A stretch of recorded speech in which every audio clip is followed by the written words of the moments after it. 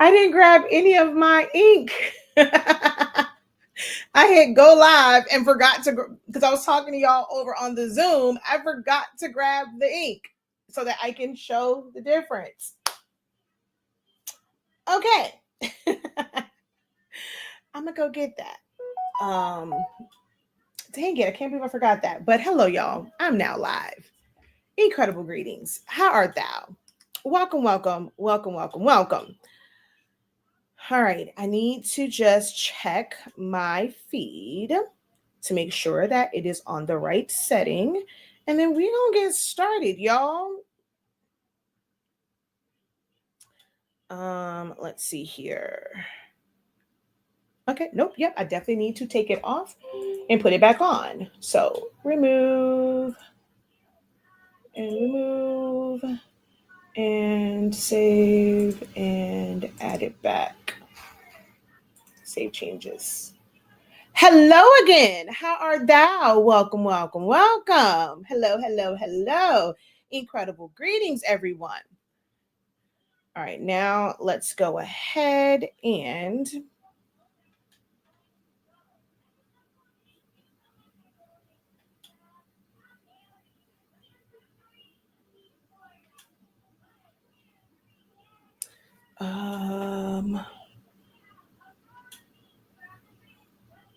okay. Let's go ahead and find this new feed. There we go. Oops, nope, wrong one. Uh-oh, where is it? It's not showing me live just yet. There we go. So let's go ahead and share this, share to a group, and bam, bam, bam, bam, bam. I don't know if I can share the Posh Design group. I don't know if it allow outside live. So we're gonna skip over that one and go next.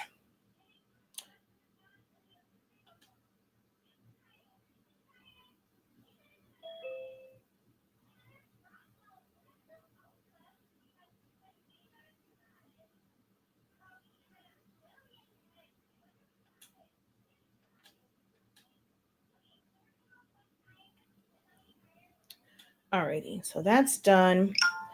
And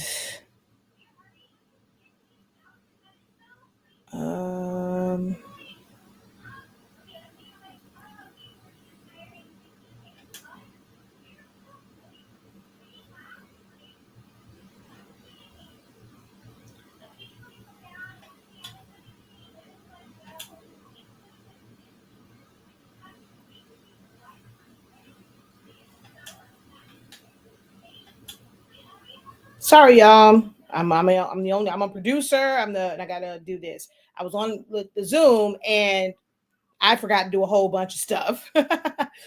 Head on over to 365 Creative Academy to join or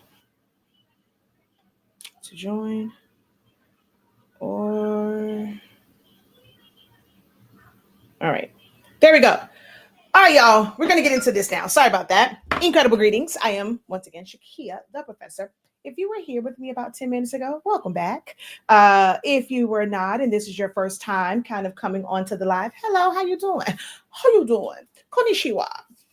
We are going to discuss all things printers for regular prints for things like print and cut decals or stickers, for planners, for journals, hell, even printing out journals and to-do lists and things of that nature. If you are printing out stickers for things like okay, let me do this. I feel so bad that y'all can't really see. So I want y'all to still be able to see my face. Hold on. Let me share screen for you guys over on Zoom so you can still at least see my face, and then you'll see all the comments there too. Okay, so so you use a regular print for things like this.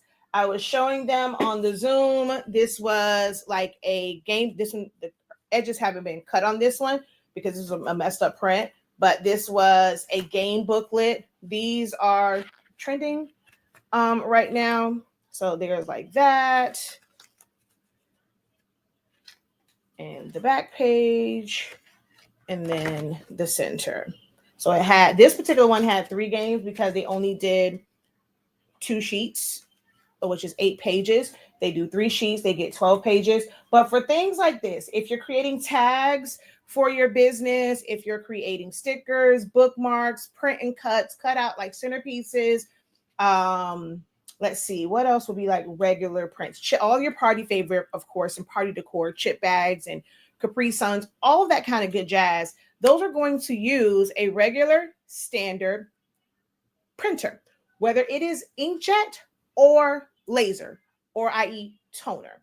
You would be able to do any of those prints. Now, for the Epson side of things, most people like, and it was so funny because on the Zoom, someone said that. I'm like, why is it that every time we bring up inkjet printers, folks automatically go to sublimation? And even more recently, like, when it comes to like the 8550, it's like you have to be very clear on whether or not someone's converting that for DTF or if they're going to use it as a regular standard printer to print all the things that I just discussed. But there's so many different types of like printers. But like I said, this live is going to focus mainly on those things. Now, I am going to touch a little bit on printer that you can either like outsource certain type of prints to others, or you can look into it. Am I going to break it down and give all this information and average cost of these printers? Absolutely not.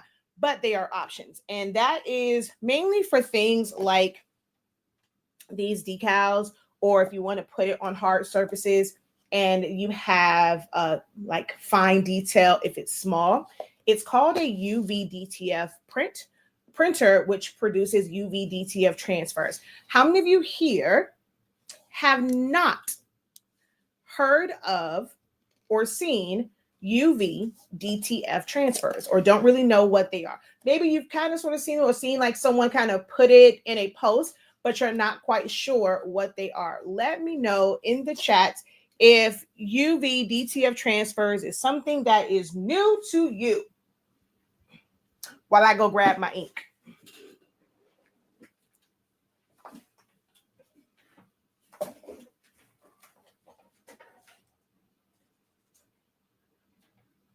And hopefully not bust my behind. I don't see the other ones though.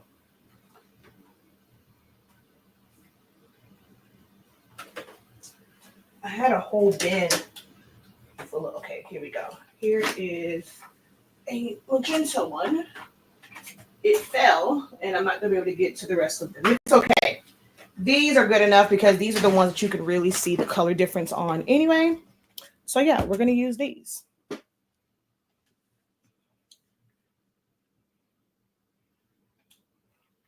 So everyone knows what UV DTF is. Okay, so no clue. Ultraviolet prints that resist fading. Kind of, sort of. Kind of, sort of. And let me check the Zoom to see what you guys are saying here as well. New to me. Okay, someone's like, I'm in the market. I've not heard of this printer. I heard, but haven't explored it. I have an 8550 printer and haven't decided what I'm going to use it for. Okay. It's new to you. I've never heard of it, but I have heard of it, but don't know what it means. So I've outsourced them. Someone says they've outsourced the UV DTF prints. Okay. So UV DTF is kind of sort of like DTF, but not quite. Meaning it is a printer that actually has white ink, an inkjet printer. Disclaimer, okay? This is going to be very important for you guys to understand, because I often see this in groups where people be like, "Oh, I have an inkjet printer or something." Somebody say something like summation, or they're like, "No, not summation, an inkjet." These are all inkjet printers. Printers, you have inkjet, thermal, laser, or toner, right? So these are going to be your 3 types of printers: inkjet, laser, toner. Laser and toner, or thermal. Even if you have an eco-solvent printer or a latex printer or a solvent printer, that is still inkjet technology, meaning liquid ink comes out of all of these little channels on the print head. So all of those printers, sublimation, the ones that you're going to use for regular prints, you're converting an inkjet printer into sublimation. It's the process in which ink is expelled, or how it comes out and how it gets onto the paper. So all the sublimation printers, all the ones for party favors and chip bags and labels. Someone mentioned like obituary. A lot of people are using for that. The booklets. These are all inkjet. DTF, inkjet. UV DTF, inkjet. Like I said, solvent, eco-solvent. All of these are inkjet technology. Your toner is your laser printers. There is an imaging drum within these particular, well, there's also offset printing, but that's also inkjet too, how it comes out. Actually, no, because that's like, well, it's still inkjet, but it's multiple drums. Story for a different day. But with the laser ones, it's like toner. It's almost like a powder. There is an imaging drum, and it's not printing line by line. So when you think of inkjet is going to be any printer that prints line by line, line by line. And if it goes like this, it is an inkjet printer, okay? A toner printer is like, it puts the design on there. It's like an imaging drum, and it's just going to roll it to put all of that color. And that's why laser printers print out much faster than inkjet printers, because it's not going line by line. The entire design is there, and then it's going to just transfer that onto it and push it out. Okay, so that's inkjet and laser or toner. Your thermal printers are like your label printers, your Dymos, your Rolos, things like that you would use like for your shipping labels. There's no ink in those whatsoever. They're done via toner. And with those, there's no color to those particular printers. It's a special type of paper. And then the design is basically just heated on there. And that's how we print out labels for packages really, really, really, really fast. Now with those though, if heat is introduced to it, all of that design or the print or whatever, it goes away.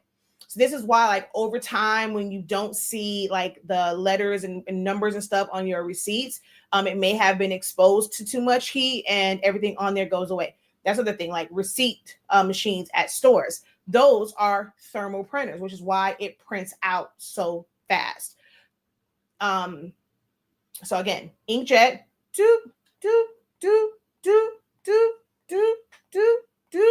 inkjet. Any printer that's doing that. I don't care if it's one to print a big old banner. It's inkjet, okay? Now, the ink in it will be different, which is what we're going to talk about next, but that technology is inkjet. Laser toner, well, toner is your laser printers, and that's an imaging drum, and then thermal. Those are your, always remember those, okay? So UV DTF and DTF are the only, well, DTF as well. So I mean DTG. So DTG, which is direct to garment, DTF is direct to film, and then UV DTF is direct to film, but for like regular prints, and it has a UV coating. But those three printers have, like inkjet printers, have white ink. There's also something that's called a white toner printer that will also produce, that has a channel for white ink to make things opaque. But every single ink, whether it is laser or if it is, well, laser is kind of sort of different a little bit, kind of sort of, but not by much, because it is a toner to powder. But all of your inkjet ink, no matter what type of printer it is, pigment, dye, sublimation, eco-solvent, solvent, latex, all of the colors, black, cyan, magenta, yellow, whether it is dye or pigment ink or eco-solvent or latex ink or solvent ink, all of those colors print translucent. Meaning, if it's not printed on something white, or if you print on, let's say, a clear sticker sheet for those cups, if you're going to put it on a white cup, you can print to clear sticker sheets. If you're going to put it on anything that's clear, a cup, a shot glass, anything like that, no white ink is produced. So that print is going to be like a stained glass window. You're going to see right through it. Okay. But DTG, DTF, and UV-DTF, they have white ink, and they print that as a base layer. So with UV-DTF, they will print it with the white base layer. You have like you have UV-DTF, the white goes down first, and then the color goes. And then there is a varnish that kind of goes over it, and it is cured via the UV light. And it's on a backing where, like, it's an A and B part. The A part is basically just like the cover of it, and the B actually has the adhesive on it. So when they print on it, it's like attaching to the adhesive. When it's cured, it bonds to it. And I'm not sure if how many of you guys here have ever had a Xyron? Who here has used a Xyron before? Let me know if you have used a Xyron sticker maker before.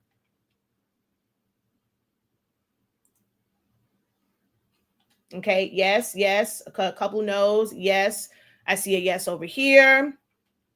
Yes, me. Okay, so you know how when you put your print on there and you run it through, right?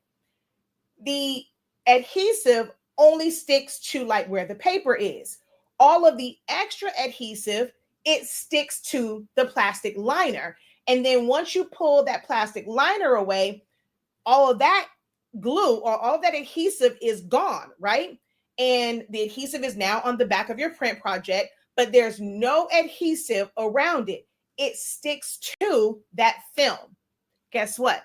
That is exactly what UV-DTF prints do as well. There is an adhesive backing, and then they have that top layer, like, film that they put on top.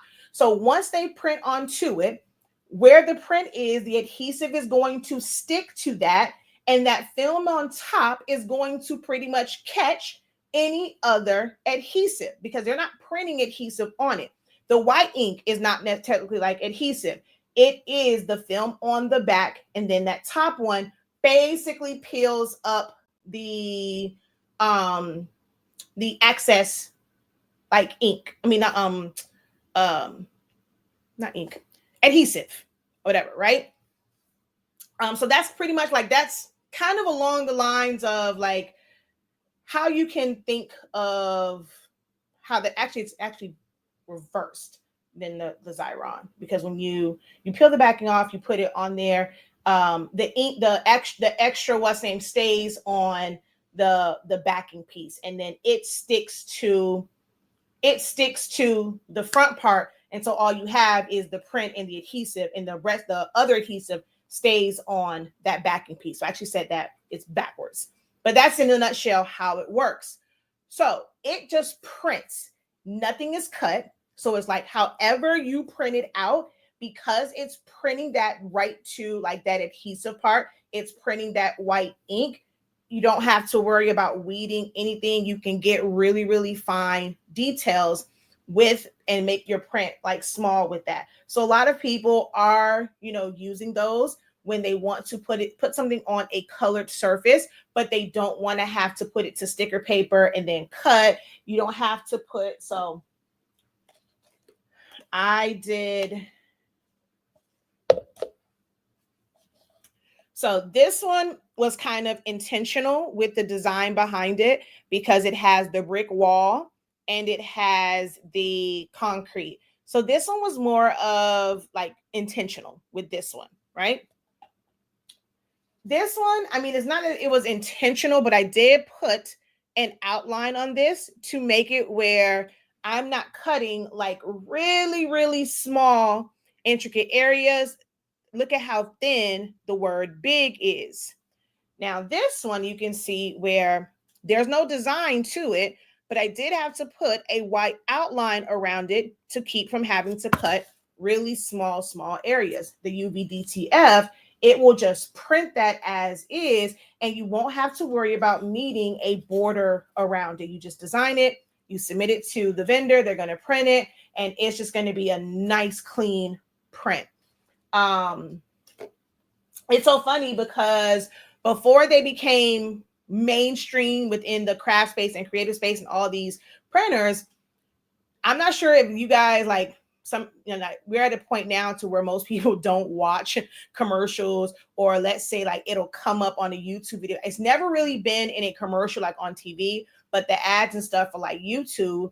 And they were showing like these things for like bottles, like if you had a business and your product labels. And so they were showing how you take this label and you put it on a bottle, you just rub it, and it's like no cutting, no weeding, and you just have a professional bottle. Well, that was UV DTF, but most people didn't understand or realize that's what that was until it became mainstream within the creative and like craft community. But it's something that's been around, and that is actually what they have been using to put stuff on bottles for a really long time, versus like always printing or screen printing directly to the bottles. It's not a new technology. It's actually been around for quite some time. But with that is a special type of printer, and you have to cure it. So it's not like you are just printing with a regular printer. So those who have like a UV printer, they're able to, because that like the UV light is on there and it's curing that ink. It's the same thing for like, it's a UV type printer, but they have it on a roll and it just kind of spits out. And that's why people are doing the gang sheets. But if you have like, or people who have like a regular UV printer, they are able to do it as well. They just have to have the sheet, I think it's like an adapter or it sucks it or something like that. And they're able to print on those films in like smaller pieces as well. So if you're looking for, like, if you ever looked into like maybe getting a UV printer to print to acrylic, directly to acrylic, print directly to foam board, print directly to coroplast, things of that nature, you also can make UV DTF transfers. It's just not on a roll, and it's a little bit more manual work than the machines that already come roll to roll, and it's printing and then putting the film like on both sides, well, on the top part of it. So that's that. When it comes to printers that you can use in-house, this is where, like, this is what really applies to you guys. All the other stuff, I mean, if you're looking into those, you can, but you can always outsource them. Just want you to understand what they are. But for regular printers, we're going to discuss dye-based printers and pigment ink printers. Before I move on and go any further, any questions, especially those in the Zoom room, any questions before I move on? Hello. Incredible greetings. Yes, to apply it, it's a very easy process to apply the UV DTF to your surface. There can be a little bit of resistance if you're using something that is pliable and it will bend. You may want to, like, when you're doing them, don't do like them individually, have them stacked so that you have a little bit of pressure. But yeah, they're really easy to apply. All right, so no questions. Okay. So is it better? Yes, because unless you have a UV printer or you want to spend a couple $1,000 for a UV DTF printer, your option is to outsource. Now, if you decide you want to purchase that printer, I mean, there's good money in it. People are looking for those. They're always looking for vendors. Now, you got to do the work to market and all that kind of good jazz. You're going to have to probably do a whole lot of freebies and do a whole lot of live videos and social media videos, and maybe try and partner with some people to be able to do stuff in groups and this, that, and the third. And, those who are my creative business, y'all know how I feel about when it comes to Facebook groups and how you should play the game on that one. But it's a thriving business if you have the funds to be able to get one of the printers, even if it's on the smaller scale, just for you to get started and you want to spend those couple $1,000, tens of thousands of bucks, go for it. If you're getting like a flatbed UV DCF printer or you already have that, you can kind of dip your toe into the transfer game if you want to be able to do it in-house. But typically the average creator crafter will outsource it because those printers are quite pricey. Okay. All right. So regular printers. I want to show you this ink. This is yellow. This is dye-based ink. This is pigment ink. So you can see there's a very distinct difference in the color. This is the ink that comes with all of the Epson printers, from the 8550 down to the 2400. Those are all dye-based printers. All of them. And then if you have, like, as far as EcoTank printers, you have a 16600, 16650. They are pigment ink printers. Some may ask, well, if I have a dye-based printer, can I put pigment ink in it? No. You can. It's not going to benefit you any because your colors are going to be off, because it is going to be almost impossible for that printer that's using a darker ink. And if you look at the magenta, the cyan inks and things of that nature, they are dark. And then you have this ink, which is a much lighter, truer ink because it's pigmented. It has color, true color to it. Your colors are going to come out off. They're going to come out dark. This ink is waterproof. It doesn't soak into the fibers of the prints because it's made with kind of like toner powder. It sits on top of the surface of the paper. So you end up with really vibrant prints, even on matte. So my Funyuns one, this is matte. This is matte. This is not glossy. The Dorito one is glossy. You can see the reflection of my ring light. This one, you don't get a reflection.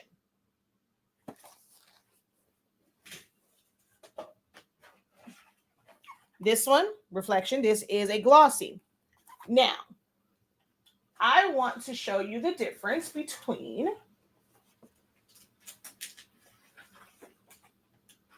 This is not the print. This is. Now, where'd you go? I have one that's printed on glossy paper from the dye-based printer. But where in the heck did it go that fast? Hold on. Is it all on the floor? Is this it? No, it's not. I can always print one, but I purposely printed it out ahead of time. But where did you go? What the heck? Now, I tried to be prepared this time, and I printed it out, and now I don't see it. Please hold.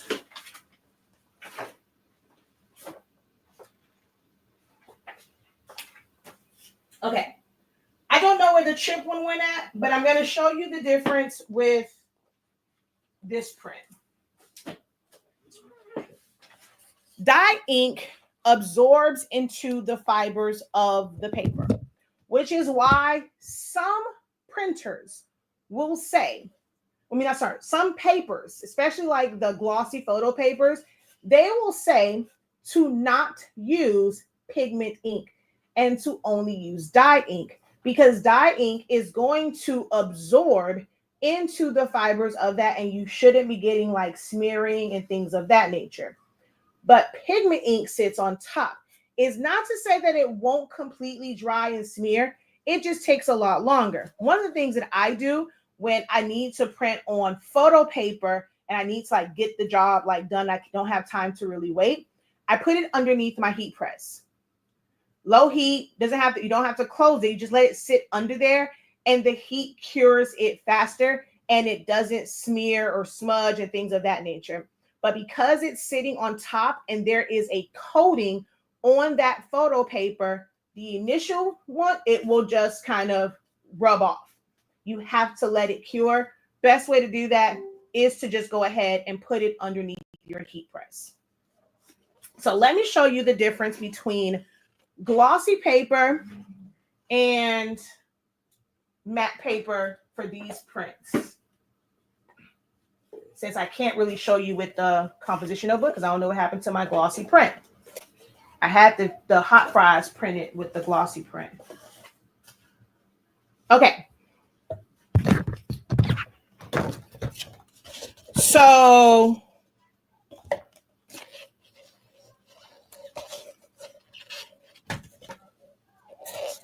there we go.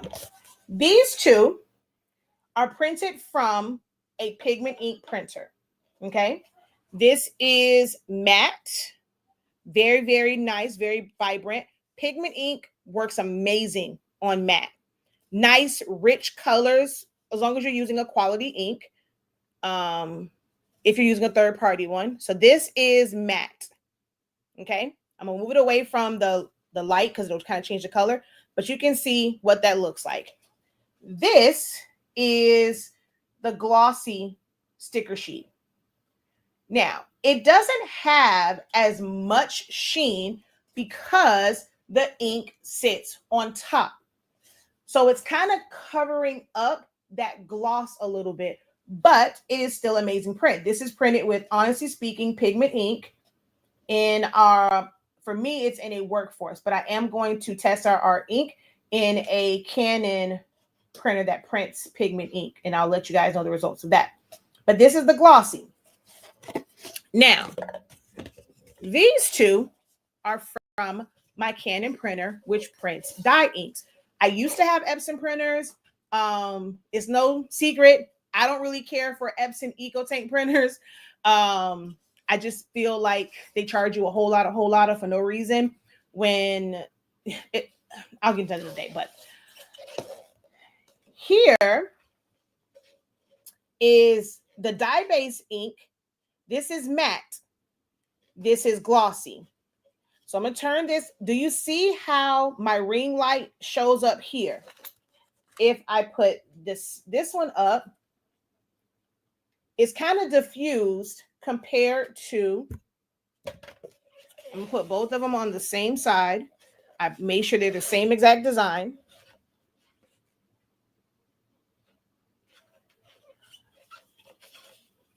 Okay, so ring light on, well, this one is the dye ink. And then I'm going to move this over. Like you can see how bright that is compared to this one. It's a little diffused, like the color, like the light is kind of blurred out. Whereas this one, you see how bright that is. See, okay, make sure I'm not crazy. Do y'all see the difference? And the way the ring light is on this is literally the exact same glossy sticker sheets, exact same ones, but from the dye ink, because it absorbs into it, you get to, or more of the gloss or the sheen is showing through because the ink goes past it and it's underneath. So the coating, you're able to still see the shine on the coating. Whereas with the Pigment Ink, because it sits on top, the ink is technically still translucent. So you do still get a little bit of that glossy look, but it's not the same. It's not the same at all. Okay. So a lot of the times glossy works better with a dye-based printer. But the settings are very, very tricky, y'all. The settings are really, really, really tricky because most times, like on, at least on sticker paper. Now, photo paper, baby, the blacks be giving black. But the settings can be a little bit tricky because there's a different type of coating on the sticker sheets. So it ends up not being like a full-on black. You see how that looks? Almost looks grayish. So you have to like, and this is looking a little bit brownish or purplish because of the ring light. But this is black, but I'm gonna hold them side by side.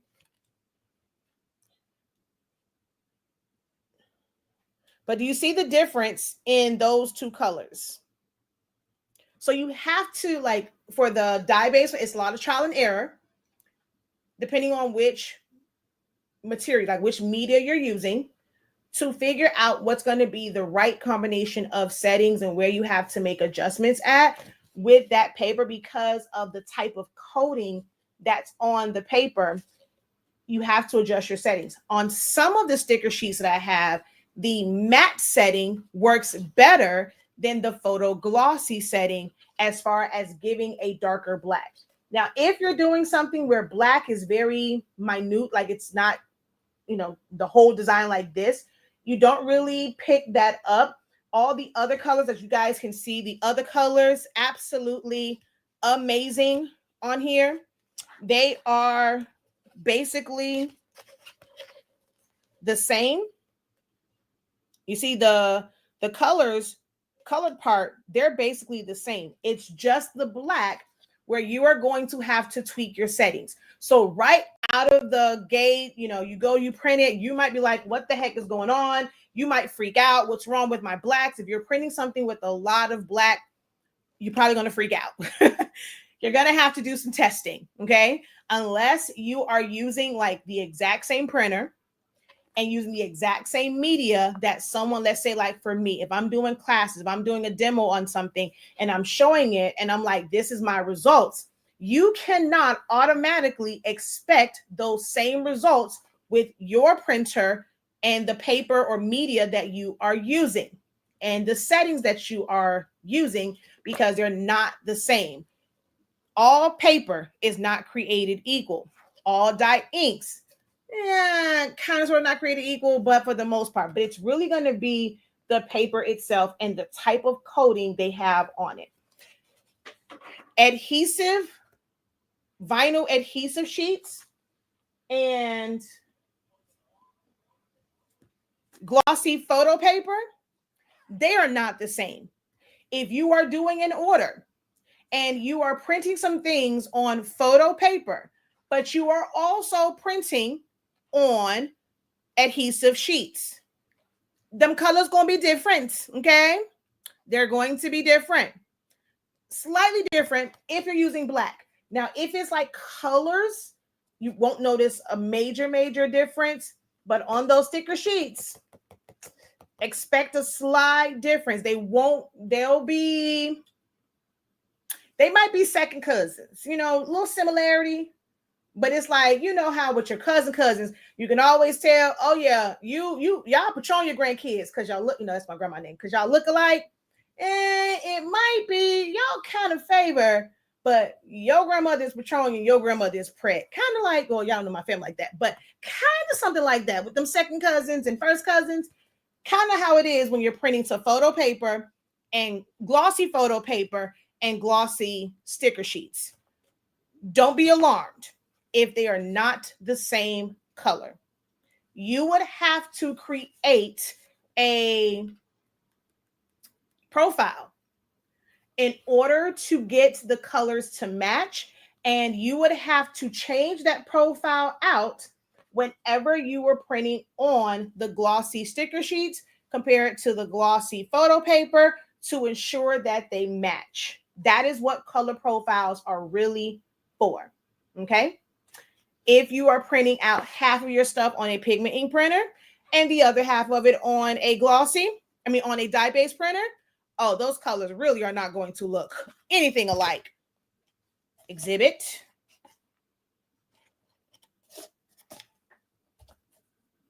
Where'd you go? Oh, I put it over here. ABC. ABC. Not the same. Not the same. Okay. Let's look at the matte version.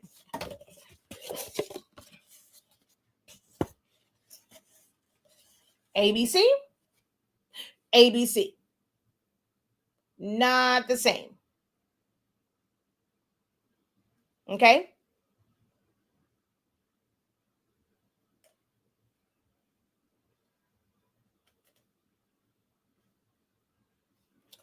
All right. Any questions on ink? And these were all printed from the Epson. These are all printed from my workforce. I forgot to print these from the dye-based printer. These are for a whole other tutorial about like specifically about cups and sizing and all of that kind of good jazz. But I want you to see here too, even though it came from the same exact printer, this is the glossy side. This is the matte side. So it is slightly different. And what I'll do is I'll hold glossy up to this. So you can see like that green is slightly different. That pink is very much so different. So there is a difference in the type of media that you are printing to. So don't freak out, y'all. Like I get inboxes, I see posts where people are freaking out about the colors. And it is because you went into it not fully understanding. Now, if you are under the sound of my voice and you are really paying attention to this video, you go back and watch this one. It's not that it's not going to be frustrating. You probably want to pull out your edges, okay? It's going to be stressful, but you at least understand why and know that you have to do some extra work to figure out the best settings for your printer with the media that you're using, and you have to think of them separately. Like I said, even if you have like the actual vinyl sheets, the coatings on them are different. The amount of coating that they put on it is different. If you have water resistant or waterproof sticker sheets, those are different than ones that are not considered to be waterproof. So you're gonna have to keep a journal. Those who are in my class in my creative business program, y'all know you got to keep a journal of these things. You have to write it down. The older we get, for some, our memory isn't quite there. And trying to remember small details like settings, the best thing that you can do for yourself is to write those things down so that you have less hiccups and less mistakes, because they're all going to be different. Okay. Let's see. They look great, but I'm a matte girly. I love a good matte print. Okay. I'm a matte girl. I love it. I just think the colors to me are just richer, but also as someone who was an event planner, when it comes to taking pictures, the reflection of light off of glossy used to drive me insane, and it takes too much editing. You don't get that when you're printing onto matte. So I'm definitely a matte. I prefer matte for most things. Big difference, but they both look good. I have to try that curing under the heat press tip. I only have Pigment Ink. Are you experiencing issues where your prints smudge on certain papers? She said, make it plain, Professor. Hey, Shawnee D. Let's see. Thanks for the tip using the heat press to cure. I always felt like matte paper looks better. For certain, it prints darker, yes. For certain things, yes. So when I'll say with these and printing on the photo paper, for stuff like this, the glossy paper does way better. And from a dye-based print, it's going to look way better. If you are somebody that has a pigment ink printer and you're printing to like matte versus the glossy, the matte is going to look a little bit better than the glossy, because you're not really getting that full glossy feel, because some of the shine goes away with pigment ink because it's sitting on top. So if you're looking at them side by side, it's like, I'd rather have the matte. And that's kind of with sticker paper. When you're doing photo paper, I got to admit, the dye-based printer does a whole lot better. And photo paper is water resistant. If you did not know that, photo paper is water resistant. So if you go to like Walgreens or all those places that print out photos, those printers are dye-based printers, because technically black is supposed to be much richer with a dye-based printer. So photo paper itself, because they're printing with dye ink, it is water resistant. So when you're getting all of those I will say most of them, if you look at the back, it'll say like if it's water resistant and things of that nature. But I find that most of the photo papers your prints won't run. So the other reason why I'm doing this video is I did kind of forget about that part of it. So I'm always saying how you can tell if your ink is dye-based or pigment ink is to run it underwater to see if it runs. But if you print it on a coated paper, there are matte sticker sheets that are coated and they would work with the dye-based printer. Colors are going to be that great, but it's still going to be water resistant. If you have any of the glossy, most of those are water or they are waterproof, water resistant. Like if you go to like Uline, they have some matte sticker sheets that are water resistant and they have coating on them, not Uline, online labels. And then they have some that are not. And so you go to online labels, their waterproof one, they charge an arm and a leg for that compared to their regular sticker sheets. If you're printing like on laser, or if you're printing like with a pigment ink, you get to buy their sticker sheets that don't like it's a lower price point because you're using pigment, you're using laser. But if you were using an Epson, a Canon, an HP, most of the other ones used to have a Lexmark, all of those, they're dye-based ink. So you used to have to pay so much more money for their waterproof stickers. Now, their waterproof sticker paper is a little bit different than like the vinyl sheets with the, and that's what I'm saying, that coating. Online labels, their waterproof sticker sheets are different than the ones that you'll find on Amazon that are glossy vinyl sticker sheets. It's different. The coating is different. The color goes on differently on those waterproof ones compared to the vinyl ones, even though the vinyl ones are waterproof as well. I know that was a mouthful. Let me know if I got to go back, if I have to break that down again. So where you get your materials from matters. You want to make sure you're reading it, seeing if they are water resistant. If they are not water resistant, then know that when you print to your dye-based ink, it's going to run. So I want to share with you guys a video that's on my page, on my YouTube channel.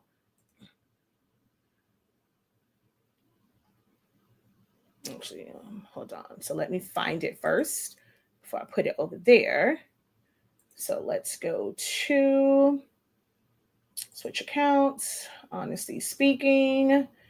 And it's a short. On my page, it's a short. I think they uploaded it as a short, which I got to figure out how to make it show up under like regular videos. Okay, so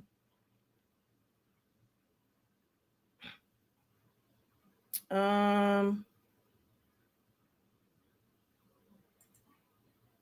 can I show all? Wait a minute. Why are you not showing? Because I know it shows up, or is it on Silaholics Anonymous? Let me see. Switch accounts, Silaholics Anonymous. View your channel. Shorts. And okay, what the heck? All right, maybe it is under videos. Okay, wait, let me see. Hold on 1 second. I could have sworn it was under shorts. Or did I turn it off? Please hold. Let me make sure that I have not turned it off. Well, I should have though.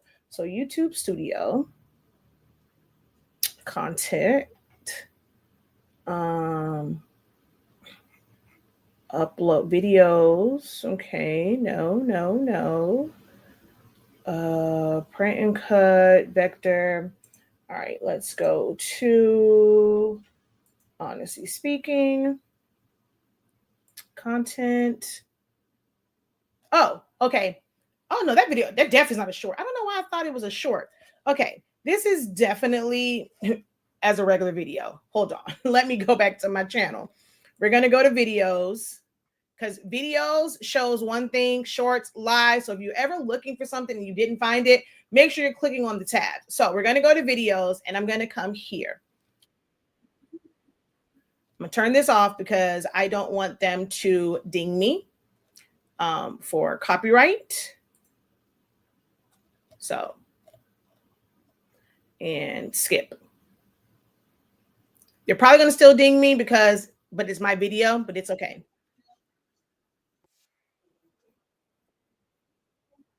And I'm going to speed this up.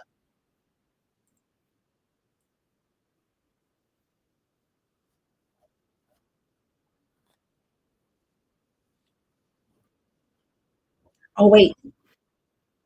Can y'all hear it? I don't know if it's sharing audio sound.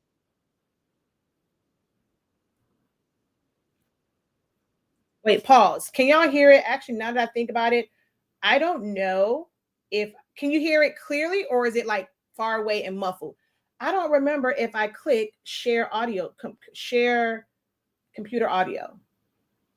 Let me know if you guys can hear it like clearly and not like it's in a distance. Slightly muffled. Okay, yeah, give me a second. I'm going to share and share sound and then share. Let me see. I don't know if it is share screen. Okay, you guys should be able to hear it on Facebook and YouTube because it's defaulted to share the audio. Okay. Oh, wait, y'all can't see it. That's the issue. Okay, wait a minute. Let's go share screen and then share. My bad. And then over here, hold on. Let me escape because I need to grab this video real quick so that I can share over here. My bad. I was not sharing my screen. My bad, y'all. I see the screen share because I'm on Zoom, but I wasn't sharing for y'all. So, boom. Okay, got it. Add to stage. I'm gonna put my face at the bottom so that it doesn't give me a copyright. Hopefully, add to stage and bam. Okay, let's go. Is now everyone from a dye-based printer, my Canon Pixma 3272, and it is a uncoated label paper at the top, and then this is just regular schmegular copy paper. This one here in the middle is that exact same paper, right? So it's the same uncoated paper, but it's printed from a pigment ink printer. This one down here is the same regular schmegular copy paper. Just in the prints alone, you can see, because I talked about this, that pigment ink printers are amazing for matte or like not like non-coated or just like matte plain paper that's not glossy. Look at the colors there compared to the colors here. Okay, so there, there, there, there. Now, this section over here, these are coated papers. Wait, you guys can't hear on Facebook a coated matte, and this one is not really coated, it's just a glossy paper. Hold on. Someone said, okay, wait, you guys can't hear it. Hold on, let me see. Are you guys not able to hear it on Facebook and YouTube? Because I share computer audio. I know you guys can hear it on Zoom. I'm saying someone over here said they can't hear audio over on Facebook. So YouTube can hear. Facebook, you're saying that you can't hear. All right, so okay. So I think Ty, it's just you. Well, not sure if you're gonna hear me or not, but it might be her because Christine said, okay, wait, you can hear me or could you hear the video?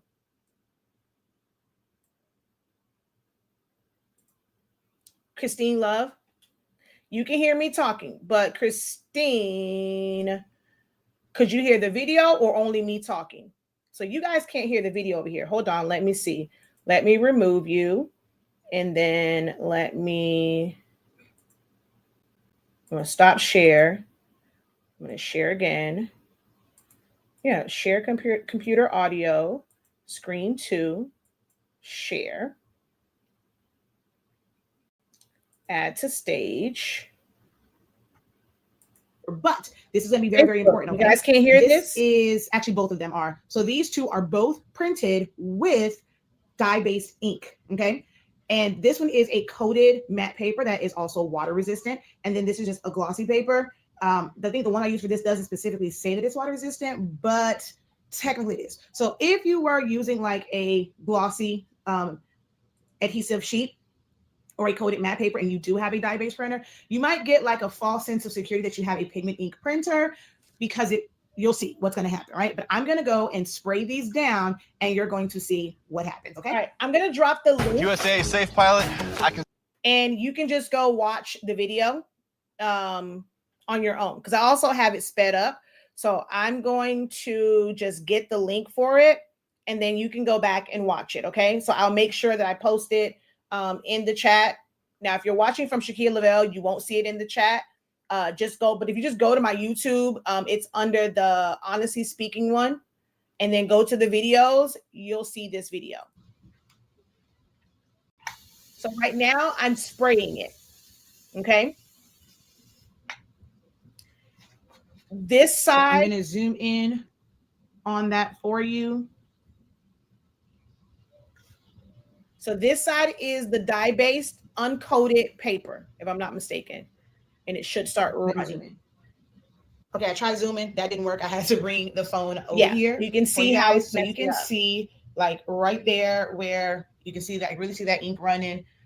You look at their faces, you can see all the water spots, look at his eyes, his lips. So it's all running. When you are testing to see if you have a dye-based printer or a pigment ink printer, you want to do it on non-coated paper. So you see, paper too far. You see where that ink is bleeding right there. Okay, you can look at like there, and I'm going to spray a little bit more water on this. Whoa. So I'm just spraying water on it right now for those who can't hear, but you can go watch the actual video. So look at that, see the color. I messed up my wall doing that. See the ink that's at the bottom. The color is running. That is how. Oh wait, I'm so zoomed out. Hold on. There we go. Let's do this. That is how you know you have a dye-based printer. If you're using non-coated paper, it will run. So like the regular copy paper, regular labels that are not coated, it will run. And this one ended up just splitting, but it printed in like 2 papers. But I'm a fully saturated. And these are pigment ink prints right now on the exact same adhesive sheets. Yeah, these are all printed. If we look at like his eyes, it did not do the same thing that the other one did. So I'm showing that it did not purple. Same thing. It's not running. It did not bleed at all. This is pigment ink, dye-based ink. Look at his face. It's bleeding here. His mouth. You see all the color down there. Okay. So that is the difference between dye and pigment on the exact same papers. Exact same papers. This is uncoated, and that is how you will test your printer. Get you a regular sheet of paper. Now, depending on the paper you have, I mean, certain areas it may not seem like it's bleeding, but really look at like where those colors change at. Okay. And then, and also like if black is mixed in, it may not, if your printer has a black photo black, which is pigment ink, in some of those black areas, it may not run because that is pigment ink if black is mixed in with it. All right. But over here looks the same. Nothing changed, just this paper warped. Now, this one, they're both dye-based inks on coated matte paper and on glossy paper. So we're going to spray that. All right, this one is dye-based ink, both of them. This is coated matte paper and this is glossy paper.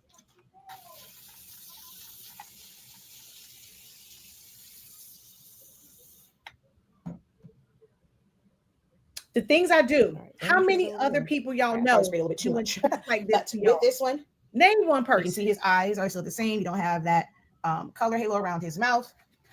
Same thing. So I was saying on this one that the paper that I sprayed were coated matte and coated glossy paper. So glossy like photo paper and coated matte sticker paper, and it doesn't run. I did from the, like I was talking about the koala inkjet sticker sheets. I still don't recommend those because if any adhesive, the color comes off. And even though it says it's glossy, it's not a coated glossy paper. So the dye-based ink may run on that one. I don't have any more to test, but you don't have to worry about that. And then this is just a bonus, not from what you guys saw earlier, but this is a coated waterproof like glossy paper. I've talked about this brand, so it is also Koala. It's the one that I always use. This is printed with dye-based ink, and that one is also printed with dye-based ink. I just want you to see the black, and this was printed with the dye-based ink. So we're just gonna spray that. We're gonna spray this. Oh, I did talk about it in this one. The photo paper. See, the paper can break down. Oh, I did talk about it. It will not run. I don't have to redo the video. It is coated. So the dye-based printers work well with coated papers as far as it running. It's just that the dye-based inks don't do so well as far as color when it comes to matte papers. But glossy papers, A1, top tier. I have the Canon Pixma 3272 and it's absolutely amazing. Here is what that printer looks like. It retails for $180. I got it on sale for $150, but this is what that printer looks like. And if you look at the ink windows, this is what I was saying. Ooh, perfect. This is how dye ink looks. So for any of you who have ever had Epson printers and you put sublimation ink in it, or you put pigment ink in it and something happens with your printer and you try to contact Epson and they said, hey, can you send me a picture of your tanks, like the windows? Once they see that it's not black like this and they can see the color yellow, they can see a pink, they can see a blue, they know from the window that you have put a non-Epson ink, or that's not the ink that came in the box, and you have therefore avoided your warranty and they do not have to give you any help. So the inks look very, very different. So you can see right there what dye-based ink looks like in the tanks, whether it's an Epson printer or an Epson printer, Eco Tank print, or tank printer, if it is a Canon Mega Tank or Super Tank, or if it's an HP tank-based printer, that dye ink looks the same, okay? All right. So that's that. You can, like I said, for those of you who did not hear it, you can always go over to directly to our YouTube channel so that you can, oh, whoa. Oh, that's because I'm still sharing. Okay, there we go. And remove. And there we go. That's what I meant to do earlier. So that you guys can see me fully. My bad. But I wanted you guys to see what that ink does on these papers. So I did see some questions. Hold on. Let me open up. I got to open up yet another StreamYard because now I can't see comments on the YouTube feed. So let me open that up so I can see comments. Okay. Ooh.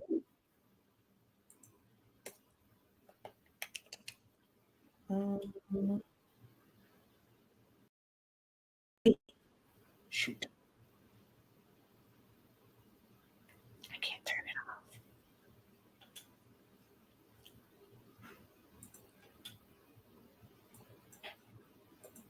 Okay, so I'm not going to be able to do that. I'm just going to have to minimize this so I can see comments.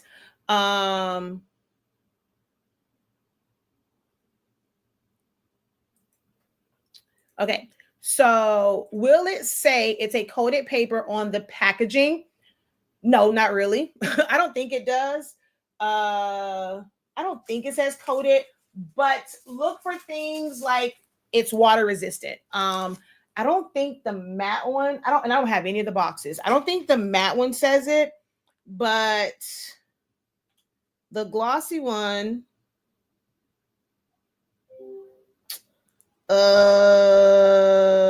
actually this one doesn't even say water resistant either.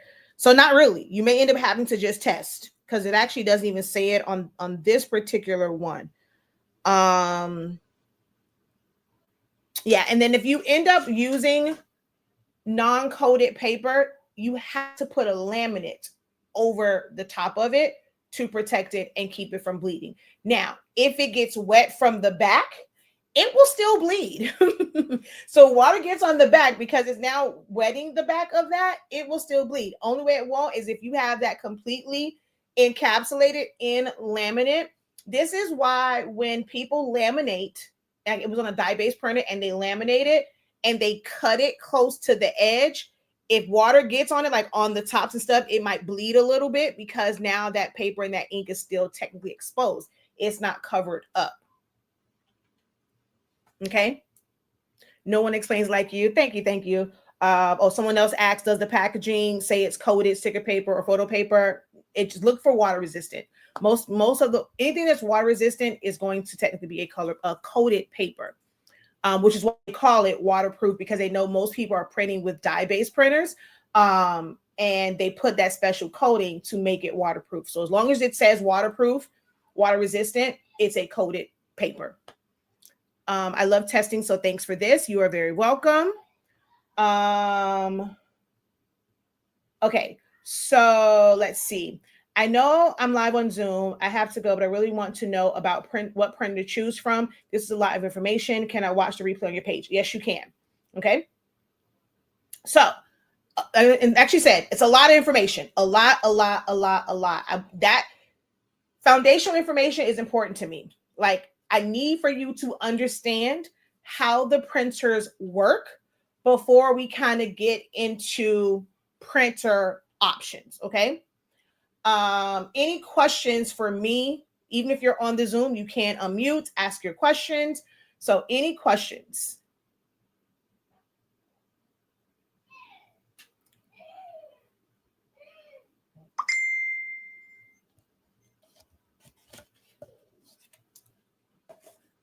So I know you have to go, Sheila, just so that I can make sure I have it on there. Let me know in the chat, or if you can unmute real quick, let me know what you are in the market for a printer for, like what type of projects you're going to do, what size projects you're going to do. That way I make sure I kind of address those things. Foundation is everything. I really enjoyed hearing about printers and paper. Awesome. I'm doing waterproof wine glass prints. Okay, so you're using the inkjet right now. Okay, so you're wanting to do prints to be able to put on wine glasses, and you're wanting it to be waterproof. Correct? No, sorry. No, I'm printing like wine glass. Waterproof labels to go on wine bottles. Sorry about that. Yeah, that's what I said. So like with that, if you have, like, as long as your sticker sheets are waterproof, or you can go with the UV detail wrap. But if you're wanting to print it in-house, you have to make sure that it's waterproof. But I'll say all of the glossy. So that's one thing I can tell you, no matter which brand you choose, they are all pretty much the same. If you took my class on the notebook paper, I showed a stack. And when I say a stack, I don't know if there's anyone, especially on the Zoom, who was a part of that class last year for the notebooks. Did I or did I not have a stack of different adhesive sheets? There's a lot of them. Oh, Jesus, what the heck is going on? Something flew in my eye. Ooh. Ugh. So there's a bunch. A lot of them exactly the same. There's no difference. They're coming from the same exact factories. They just have different names on them. So the glossy ones, there isn't a lot of difference. Pick one. Okay. You know, and I made a post this morning about like me and affiliate links. Now, if you go to my website, they are there. You can use a link. I'll get like 50 cents if you buy a pack of paper, if that. But literally pick one. Now, the matte ones, as they saw in that class, oh, baby, they are very different. They are different when it comes to the matte sticker sheets and how bright and vibrant the colors come out. They're not the same. That coating is different on them. Oh my God, something is in my eyeball. So that one is one that you end up having to maybe run a few tests. My recommendation is whatever paper you are considering, whatever their smallest quantity is, buy that first so that you can test it. And almost every last one of the ones I shared, they have packs of like really small packs. You don't have to get like the 100 or the 200. Like I'm normally buying the one that has 100 or 200, but get the smaller packs and then test them out, especially for the matte. I will say for the glossy vinyl sticker sheets, they're pretty much all the same. I don't care if they have, what does it say, digital label on the back. I even showed that there were like,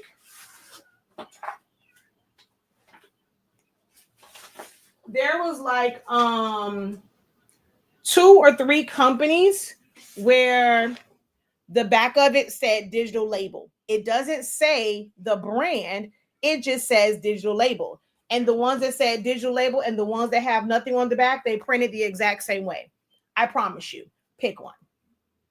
There's nothing special about them when it comes to these vinyl sticker sheets. Now, if you are going to get that Koala brand that's in the black box that just says, I think it just says glossy photo paper sticker adhesive, it's something like that.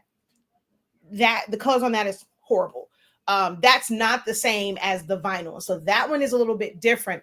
But any of the ones that say vinyl, they're pretty much the same. Promise you, pick one. And I'm not dropping links. Pick one. The matte one, theirs are very different. Go ahead. One of the other things I had an issue with that I noticed with the glossy, like I literally have to put a different paper in the corners if I'm doing a print and cut, so that it'll print on, something that it will print on. Cricut or Silhouette? I have a Silhouette. Close it. That's all you have to do. I promise you. One. Okay. First, let me ask you this: Are you following those who say put all that extra light on your machine? Do you have like a bunch of light around it? No. Good. I do have a lamp like right next to it, but it's okay. not like covered. Not hovering. Perfect. You don't need all that light, and it's kryptonite to glossy. How that is right there is all you have to do. When it's reading the registration marks, close the cover. Once the registration marks have read, open it back up. If you have the 2, the 3, the 1, close the cover. Because it's glossy. And what is the glossy doing?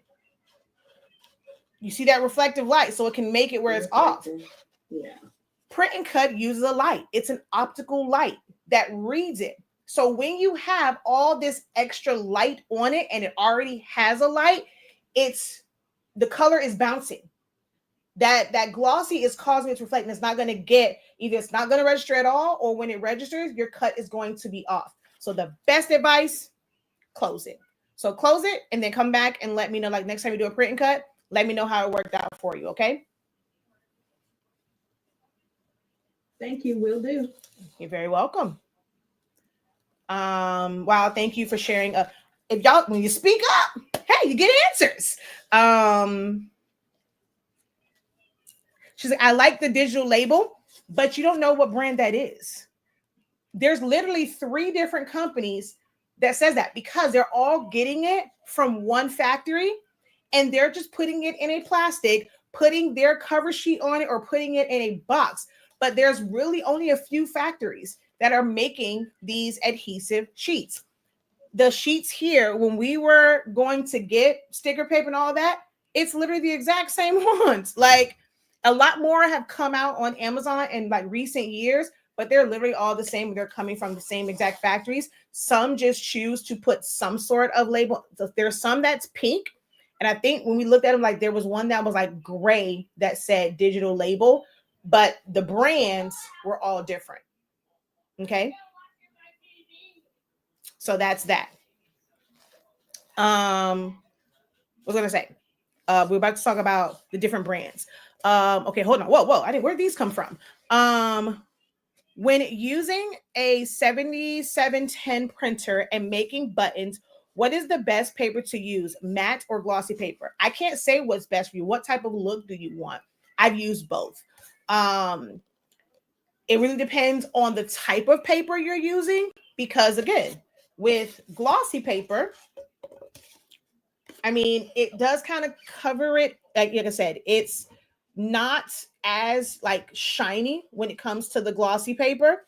And then you have matte, but you're putting a Mylar on top of it. It has just a slight bit more shine. If you're using a dye-based printer, glossy paper a lot of times works better as long as it's not a lot of black.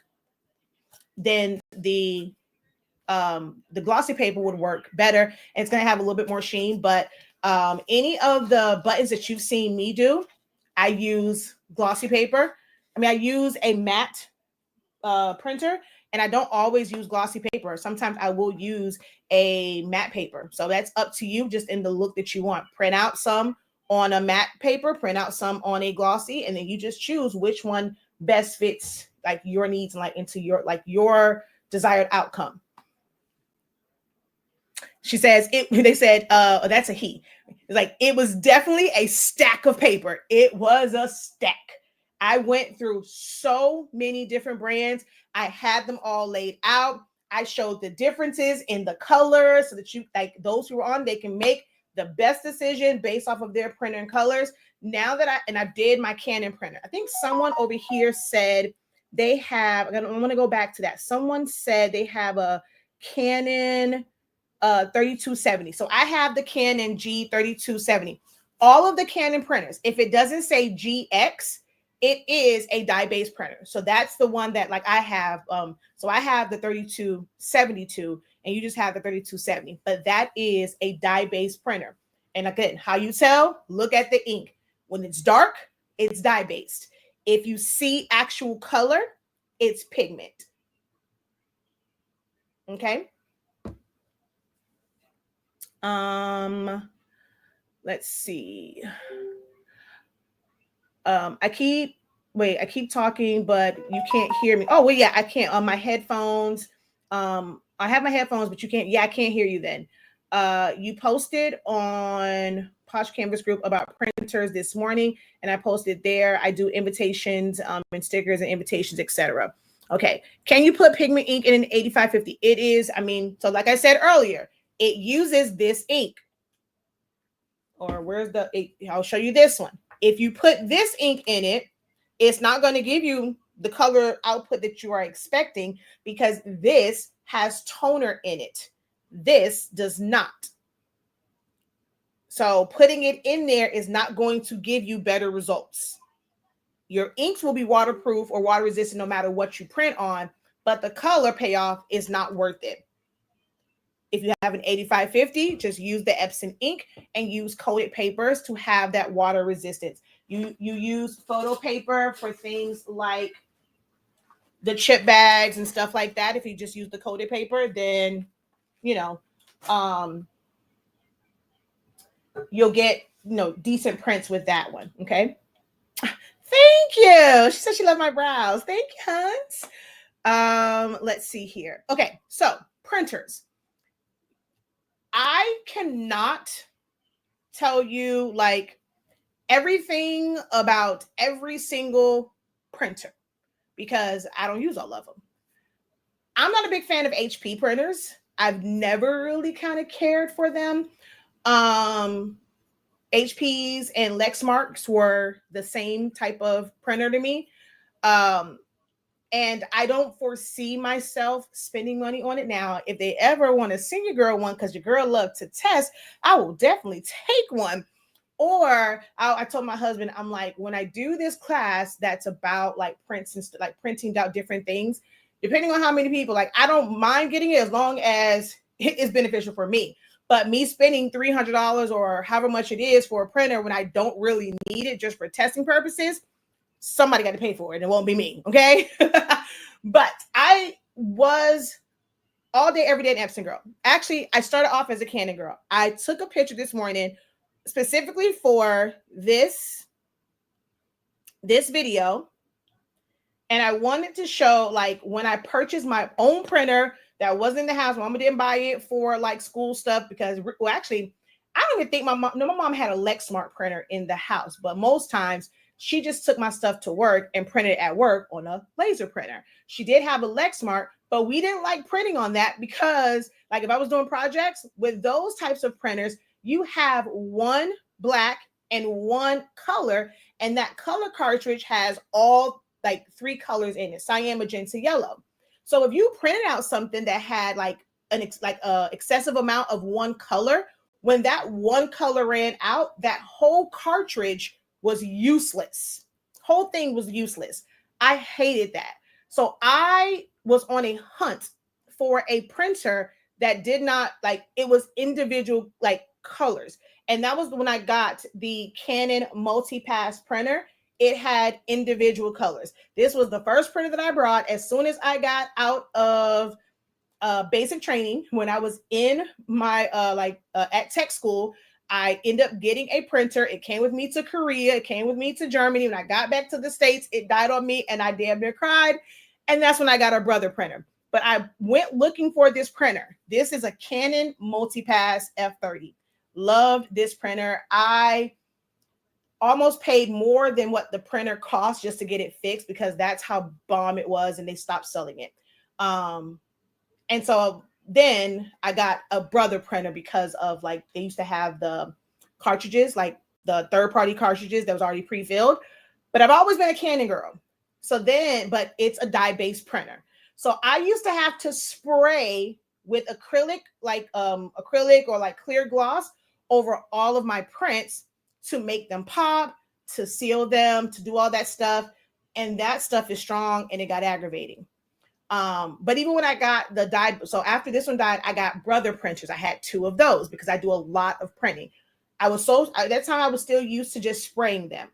I came across Pigment Ink printers and it changed my life because the ink is waterproof in of itself. No matter what paper I am printing to, it was water resistant.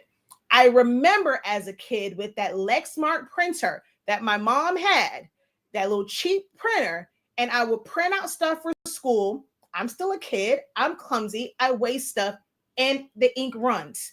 And it's like trying to rush, having my mom fuss at me because we're going to be late for school because I screwed up. I'm looking at it. I probably like waste my milk on it or whatever. Now we have to go and print it. One, those printers printed slow as molasses. Okay.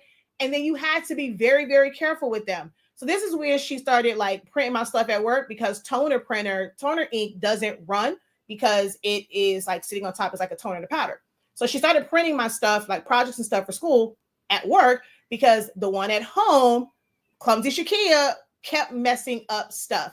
And that was kind of traumatic for me because when your mama ready to go and it's time to go to school and you got to print on a slow printer, the look my mama gave me, y'all know how Black mamas are, like the look, and it puts fear in you. Okay, it's like I don't even know if I want to drink. I don't know if I want to eat cereal. You know what? I'm having a whole little therapy moment. I wonder if that's where my obsession with eating dry cereal comes from. My family doesn't understand why I like dry cereal. I want this because my mama traumatized me all the times when she was ready to kick my behind because we have to sit here and reprint stuff. And I'm probably going to be late for school. It's all starting to make sense right now. Yeah. Okay. But anywho, so I say all that to say, like, I was traumatized by dye-based printers. So I got a brother printer. And I'll tell you what was one of the biggest differences for me when it came to brother printers and the Canon. Brother printers have some printers that don't use heat. They also have piezoelectric print heads, kind of like Epson's. So when you're printing on certain papers, like on like Canons and not some Canons gotten better now, but HP, they don't do well. There are papers that will say they are great for inkjet and laser. I love those types of papers, right? HPs, the ink never dries on them. Never, ever, ever dries on them. And I remember my girl, Ratisha, she had an HP and she was testing out, I forgot the paper we used to use, Mr. Water, Mr. Somebody. And she was like, it's never drying on here. But I printed on my Epson and, I don't have like all those smears. It was a sticker paper that was glossy sticker paper that we use. And she was like, well, girl, I'll send you this because it don't work with my HP. So there's other things like with HPs where I can never truly give you like from a recent experience with HPs because I have not purchased one in years. And those who I do help, I can't stand them. I still can't stand them off of other people's experience when I'm helping them. It's frustrating. But I went from brother and then I found Epson printers that use pigment inks. Like I said, that changed my life because I no longer had to spray prints on matte paper. OM to the freaking G. It was amazing. So I have been Team Epson workforce printers for 7. No, we've had our product line now 5 years. 8, maybe 9 years. I've had Pigment Ink printers starting from the 7510. So I had 7510, 76, well, yeah, 7620s. I had multiples of those. And then of course 7720s, which I do major maintenance on them because I cannot have them go down on me. Like I make sure that I am doing maintenance on them and I'm cleaning them. I'm making sure that my capping station, I treat my 7720s like my rolling printer because I cannot have it. Another one. I only have one more left in a box. I protect these 2 and then sublimation one with everything because I only have one more in the box. Like, I love those printers. And the other alternative is the ET 16600 or 16650. Those printers cost $1,000. I ain't saying I ain't got it, but I'm also not trying to give Epson $1,000 for a printer just because the 2 years of ink. So I make sure that my 7720s stay in working order the best I can because I don't want to spend $1,000 for another wide format printer. And the only way to get a wide format printer in an EcoTank is that $1,000 printer. So if $1,000 is not in your budget, that is the only option. So when I made that post and everyone is saying they want wide format, if you like wide format, but you like what I'm talking, like what I'm putting down as it relates to Pigment Ink and the power of that ink, guess what? It's $1,000 investment for the 16600. You're not going to get any, like there is no other option. Epson does not make another option. Their 8550 is what, $800 bucks. So it's like a $200 difference, but that is dye-based ink. You are limited to coated papers when you're using that printer. If you just want to print out some stuff for your kids, chances are they're going to be like me and they waste something on it. Don't fuss at your kids. If you start printing out your kids' stuff from an Epson printer, don't fuss at them unless it is like just a black and white. That is Pigment Ink. But if it's a project and it has color, make sure water stays away from it if you're printing on regular like copy paper, okay? So all the Epson printers, like all of them are dye-based printers. I'm not saying that they're bad printers, but they print slow as hell. When it comes to those printers, I find that they print super slow.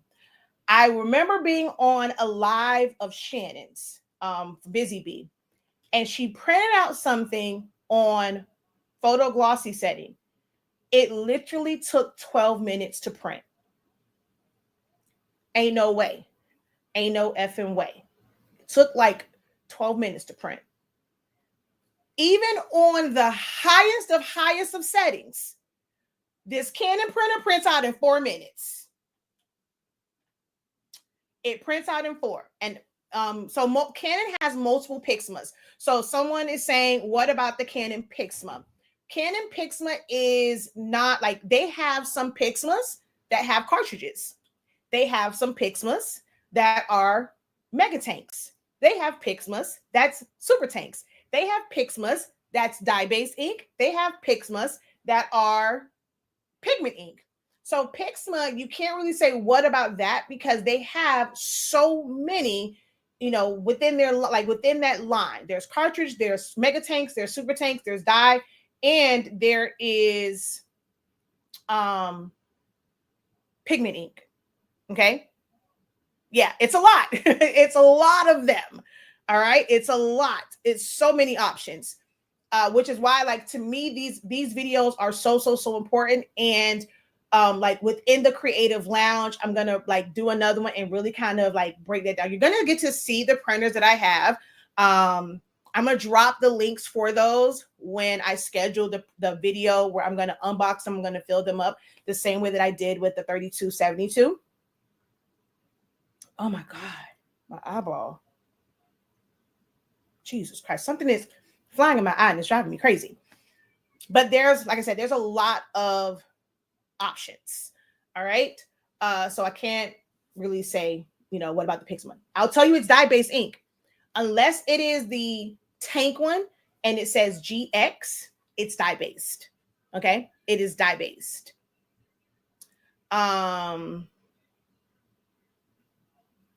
Yeah. So my printers of choice right now, I am, except for my 7720, I am converting back into a Canon girl. Okay. I'm just saying the way that this is, and because of the increase in orders for activity books and some other like party type stuff and labels and stickers, where I don't want to have to always use my Roland, I needed another dye-based printer because I keep 2 Pigment Ink printers. I don't understand how anyone in business that's not just starting off, I don't understand how y'all operate with one printer. I just can't. So I purchased another one specifically for these things.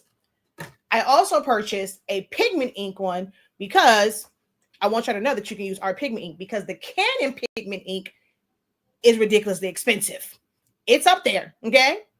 Even if you print a lot, you know, you got your, it's still up there. Why cut into your profit margins?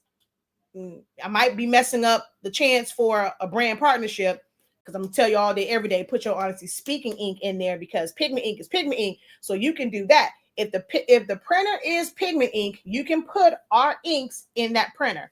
But if it's dye inks, you cannot put our inks in that printer if it is a dye-based printer. Okay? Make sure you guys understand that. You cannot put this in this printer. Okay?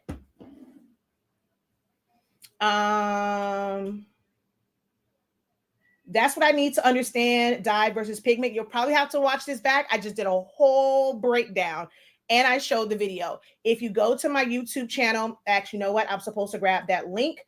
Let me go back to that video real quick. I will grab, I'll grab that link and I will post it. But I just did a whole breakdown. I mean, a whole breakdown about dye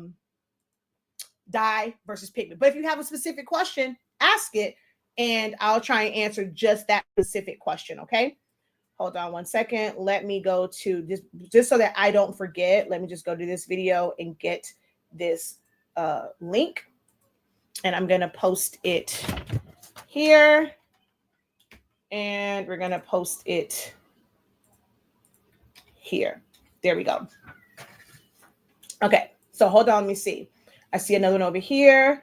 I have a 7820 that needs some TLC. Shaking my head. So I had high hopes because I love a workforce printer. I love Pigment Ink printers, but the 7820, it's hit or miss when it comes to the replacement chips. So if you don't want to deal with that hassle, you have to use the their ink. And the way that they produce their ink for the 7820 and 7840 is not the same type of ink that was in the 7710, 7720 when those came out.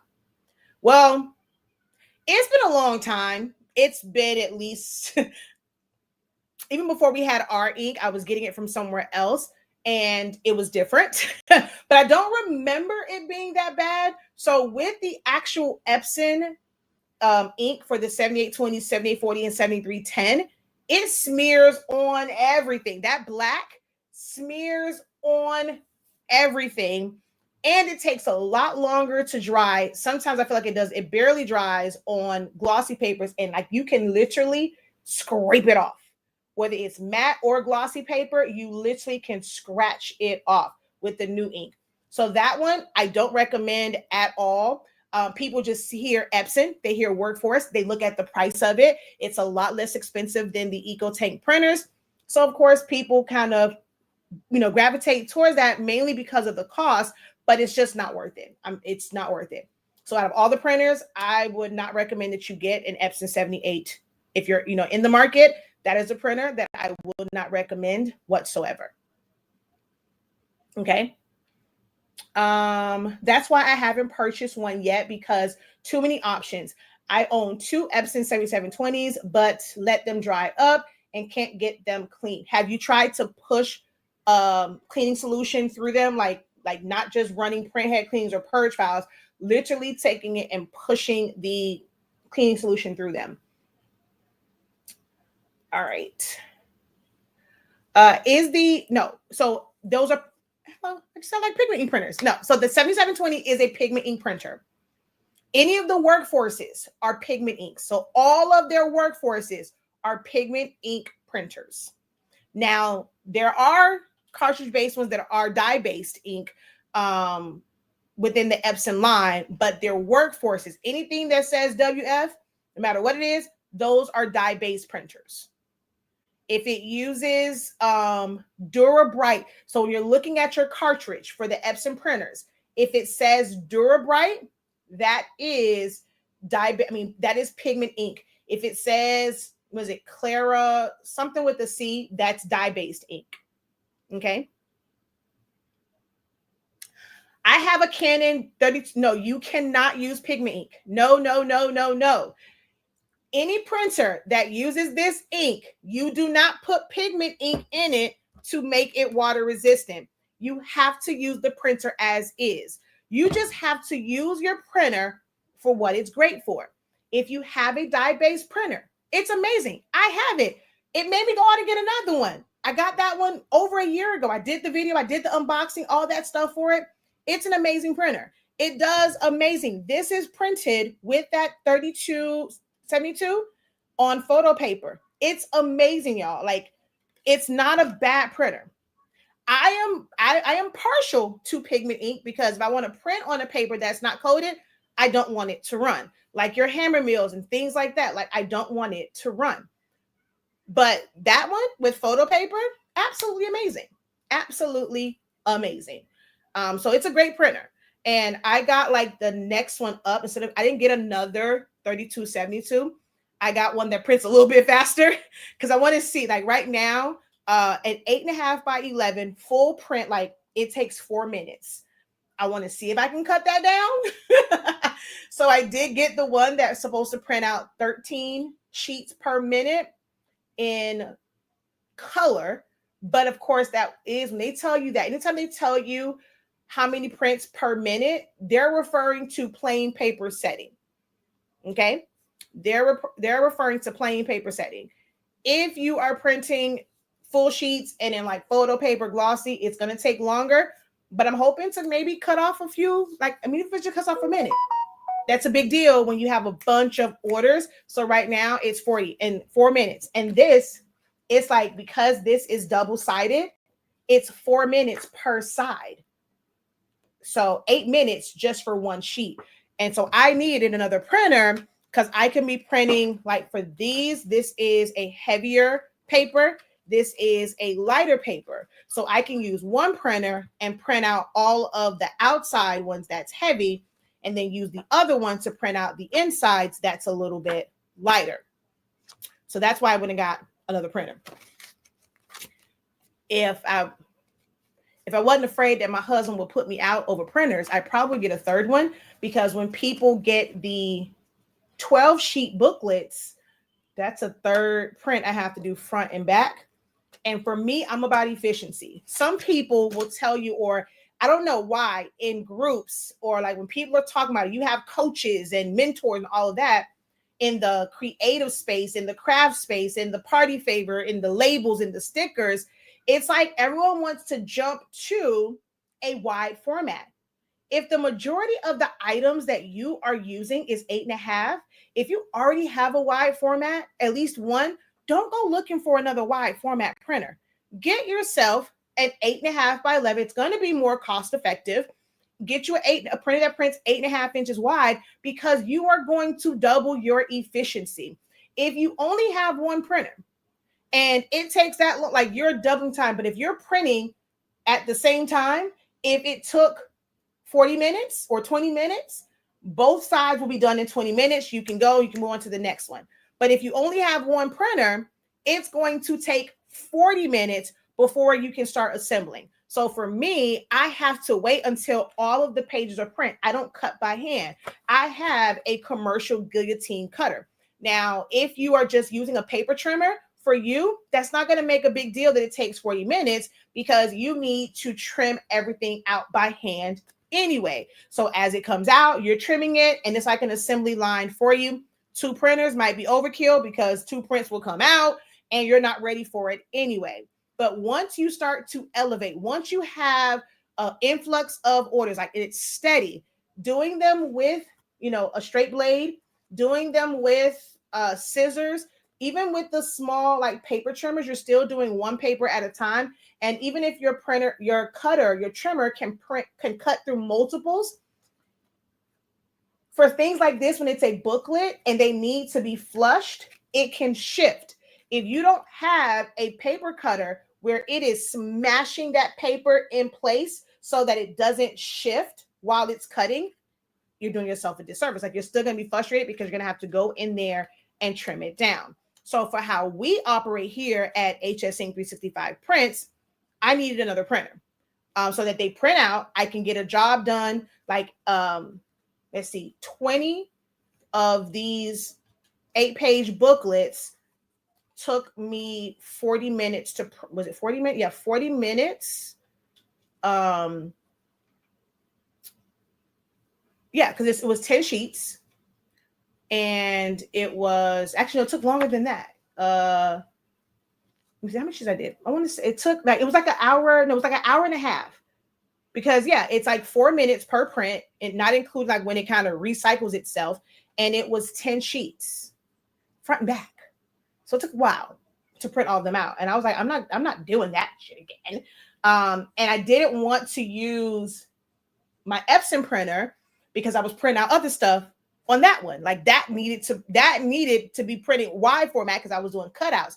So any other time I probably would have just printed them on the 2 7720s, but those were printing my 11x17 prints for the parties' cutouts and their fans. So I had to print the booklets from the Canon printer. I am going back. So when you guys hear me recommend printers, people have been talking about Epson 2400, 2800, 2700, 3800, 4700, 8550, 15,000s for years. There's so much information on that. I've never really cared for them. We did get 2 and they kind of went out on us like that. And I've had my rants about how I feel about Epson's Ego Tank like type printers. So my printers of choice going forward, unless it's my large format Pigment Ink, is going to be some sort of Canon printer. I think someone asked which ones did I get. I am going to show, like when we do the video, like I'm going to do a live video, I'm going to unbox them. I'm waiting for the second one to come.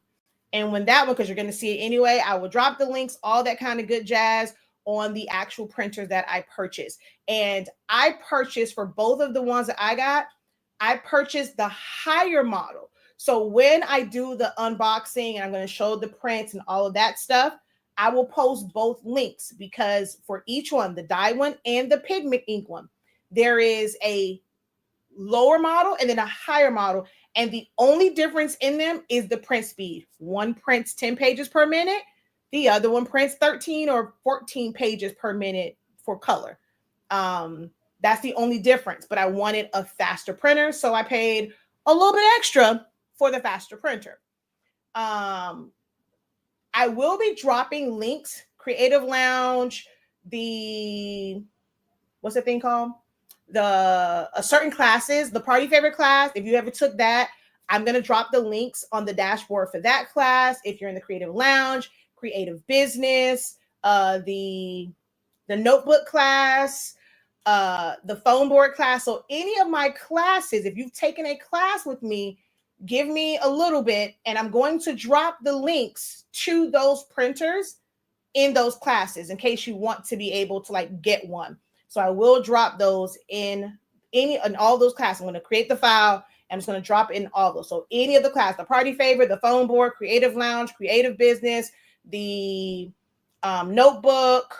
I'm probably missing something. Anything that was like a physical like product type ones, I am going to draw. Oh, the grad one, that program, because we talked about printers. So all of those classes, you will get the links to the exact printers that I purchased and what's on my truly like recommendation list as far as the printers go. So right now it's going to be the ones that I purchased. Now I don't know how these are going to print. Y'all, I'm going to research. I'm going to put it through the ringer the same way that I did that printer. I'm going to put it through the ringer to give my recommendation. But I can say, when I got that, when I told you, I just got it. I want to use it. This thing, the ink, I feel like it has barely moved. And I've been printing on this thing religiously for a year. And I have not technically had to put new ink in it because that thing is a workhorse. And I love this printer. So I have high hopes for the printers that I purchased, which are Canons. So the Epson printers, I have used them. I can always answer questions. If you are willing to spend a little bit more money, I will say the Canon printers cost a little bit more than the lower model Epson printers, right? So like your 2400s, your 2802, or like the ones that were 179 to 199, and they had those printers that print slow. These are not that price. But if you are someone that has like the 47, like the printers that are like $300, it's within that same range for these printers. Okay. There's one of them that's a little bit more than that, but it's because of the speed. But they're going to be within that range. These are not $200 printers. They're going to cost you around $300, a little under $400 for these printers. But I will say that now this one actually was $199. So the G3272 is actually $199. Well, when I got it, it might be a little bit more now. They've gone up on printers, but that one is. But that's also why it prints slower and all these different things. The ones that I got are meant to be more workhorses, so they do cost a little bit more for those. The G3272, you can find those in Walmart, Target, which is why I don't mind saying those, because even if I provide a link, they are available in your local stores. Go pick them suckers up, right then and there. There's no sense in you going through Amazon. Now, the other ones, you have to go, like the better deals are like on Amazon or going through Canon. One of them I didn't really see I searched for like them on Staples and Office Depot, and I didn't see it there. So you would have to use one of my links. But for that one, you can go get that today from just about any store, the 3272. Any store, you can go get it. I got mine from Walmart. Okay, walked up in there, walked out with it, had it set up the same day, was printing. So I don't mind saying that name. But the other ones, I am going to wait so I can drop the links. Hope you guys will support. If you decide that printer works for you, you would click. We do receive a small commission. It helps support the platform for me to continue to bring free informational sessions like this one. Okay.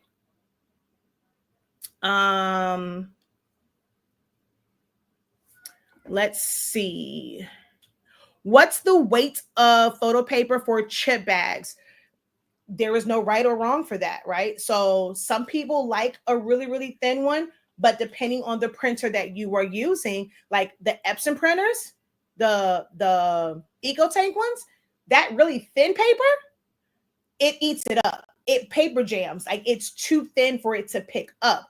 So it's really hard to say like what's going to be the best weight. So if you go too low, like those 28 like type ones, it might, like depending on the printer you were using, it may not work because it doesn't do well with those thinner papers, which is why a lot of the sublimation papers kept jamming in some of those printers because they don't do well with really thin papers. They also don't do as well with really heavy papers if it's a tray. So some people ask me that, like, what's the best one for cutouts? But if your printer only has a tray, you cannot use heavy paper. You would need a printer that has a rear feed. And there are some that doesn't, and it's just a tray. So that's something that's really important as well. Are you printing lightweight paper? Are you printing heavy? If you're going to print heavy, make sure that you have a printer that takes heavy paper. The other reason why, like when it comes to my workforce, I don't like to use that one when it comes to heavy paper so much. It is a one sheet at a time printer. So if I'm printing out something that I need heavy paper for, i.e., the covers of my passports and game booklets and coloring books and things of that nature, I can't use that. I can't use that one at all. Inside the tray, it's going to jam and it drives me nuts. From the rear feed, I have to feed this paper in one at a time. You can't put a stack of 20 sheets on it.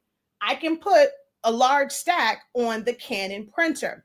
So because of the way business has changed for us, and I'm back to doing a lot of customs, especially since people locally, I don't really do a lot of like shipping. I do a lot of like local stuff when people see it, and my QR code is on the back of stuff, the coloring books, the passports, the game, like I do a lot of stuff with baby showers, activity mats, things like that. This has done me well when it comes to the heavy photo paper, because they all back there. It rarely gets any jams. And as I said, man, see, this is why I love Canon back in the day. But then, some things happen and I'm like, I end up being an Epson girl, but I am slowly making my way back to Canon printers because they handle heavier papers well. And I can put a bunch of them in the back tray because my 7720, it's only one. Okay. So I know it's not the answer you want. I don't know exactly which printer you're using and all those things. That matters. I'm talking about all sorts of printers for printing regular things. Let's see. So what kind of cutter? Okay, this is heavy.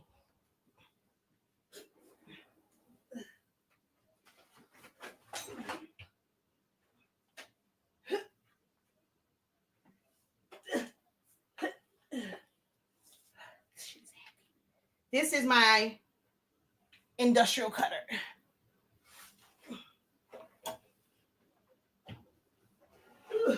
I really wanted the We Are Memory Keepers one because I have all things We Are Memory Keepers, but I can never catch it when they actually have it. So I got that one instead.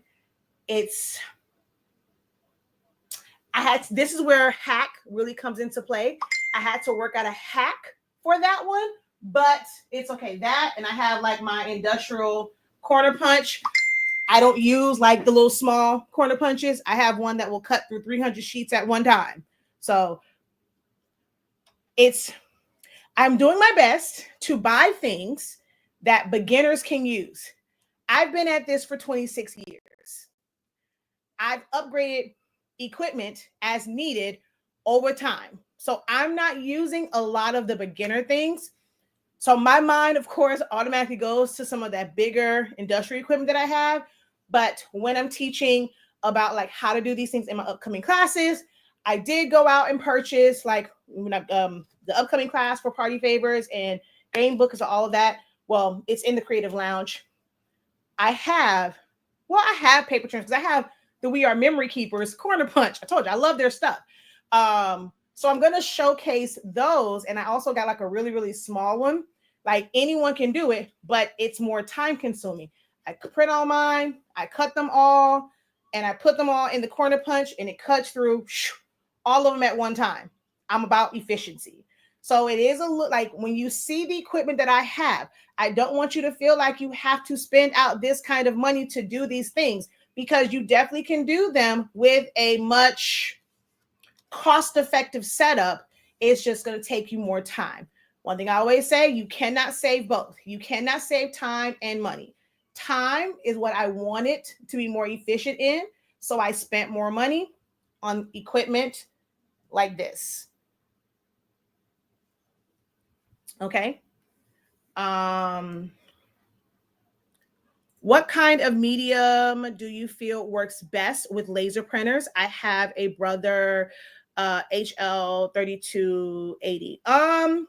So it just depends. Like, so those printers, because of the tray and how it feeds in, right? So they're really like no different most times than having an inkjet printer, because it's going to sit inside the tray and it's going to pull and feed like this on a tight curve.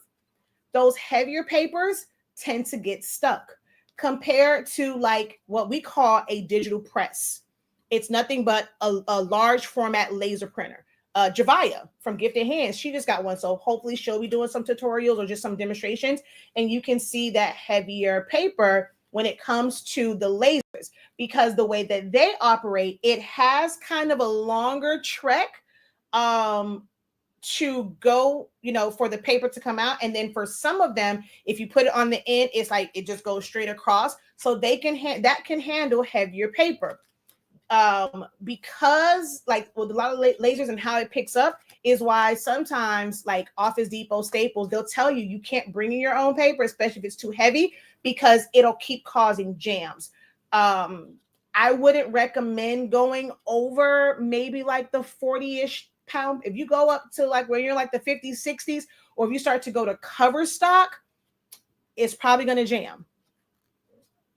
I would say, and then that's the difference too, right? It's from cover stock and card stock or like and photo paper. But for photo papers, I would recommend staying probably in that 40-pound range. Give or take a couple pounds, but that's going to probably be the better range for those types of printers. For sticker papers, okay, so toner is different than inkjet. Pretty much all of these papers are inkjet. I don't know if any of them say, I think I have one or two that might say they work with lasers, but most times they will tell you that it's just for inkjet. For toner, it can't be a certain way because it won't like stick. So you want to find paper that is specifically for toner.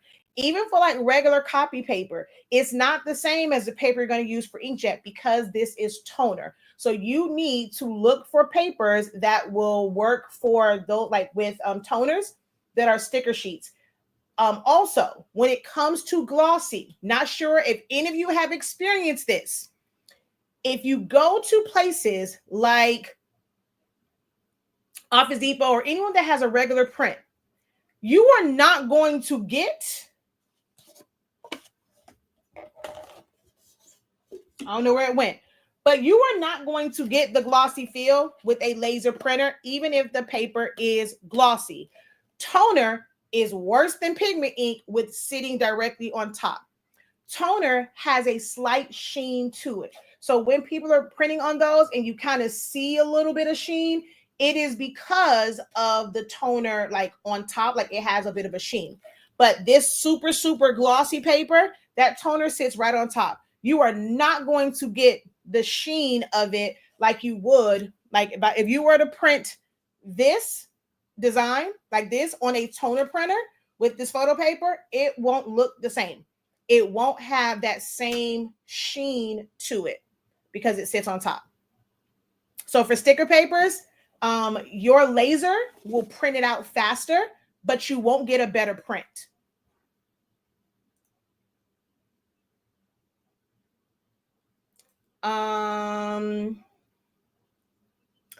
That was my first printer. I have EcoTanks now. Yes, several times. I have an ET 2850 for summation, 2800 for my regular. I was using the 15,000 for Eco Solvent, but it clogged. Yeah, because that ink is different. Everyone, that's another thing that people are jumping on that, and it clogs those printers up pretty fast. Let's see. How many pages? It depends on the type of paper, because if you go thicker, it doesn't cut through as many, but I want to say it's advertised for, don't have me lying, because it can probably cut more, but the issue is like, not the issue, but this piece right here, if your paper stack higher than that, they'll push back past that. So although this raises up probably to this level, I forget how many, you have to look at it, but it's a lot. Like I've cut through quite a few sheets. Like when I'm doing the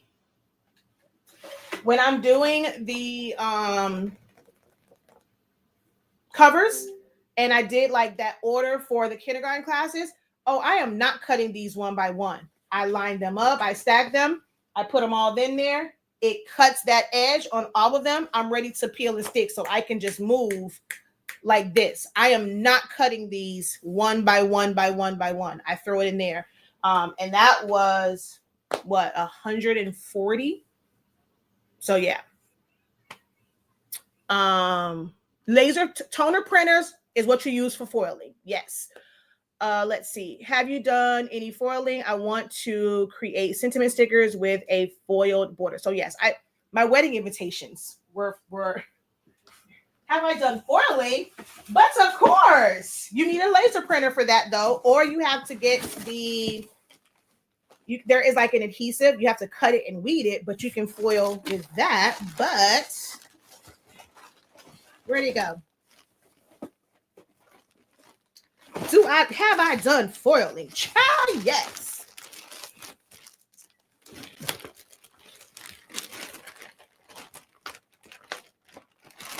Where's my wedding invitation? Oh, look. And it has denim. Well, the side is the wrap, the band on it is denim, because that was our theme. But so yes, I have done foiling, girl. There is nothing that I haven't done in 26 years. I promise you that. Other than physically doing embroidery, like on a big one. I've done like the small ones because my brother-in-law has one, so I played around with it. But there's literally nothing that I have not done in 26 years. I'm telling you that, okay? You can ask me just about anything, and I'll have a resource for you. Thank you. Let's see. Do you go in like this on a monthly membership with your people? Do you have a monthly membership? I am loving this. So glad that you asked. I tried. So we have what's called the Creative Lounge. I am rebranding it, but you can always sign up. We're adjusting it a little bit. I'm hoping that by adjusting it and starting it off with maybe a price point that's a little, I mean, it wasn't expensive to begin with. It was only $25.63. And we had pro call sessions and doing all sorts of things in these and being able to vent all those different things. And yeah. So I'm trying to bring that back because there are a few that they missed it, but it just wasn't enough. So I'm going to try and do it more as a launch and try and put ad dollars behind it instead of organic, because Facebook and YouTube has tanked my traffic, which is why I opened up the community on the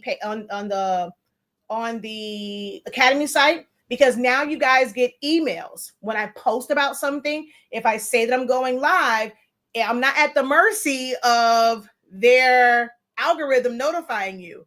You know from me, and it's going to your email that, hey, she's going to be live. She's doing this session. So get active in the community in the Academy site. Like, I get the emails from that. I don't always get the notifications from Facebook. I don't get notifications or see the notifications if you comment on a video all the time. So like, if you're really, really needing something, like, put it inside of the community.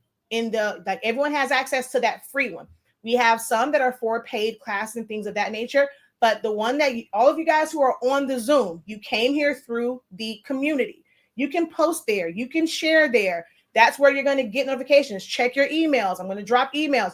Anytime I go live, I also do the Zoom. Normally, I do the live, and then I stay on with the Zoom a little bit longer to answer kind of questions.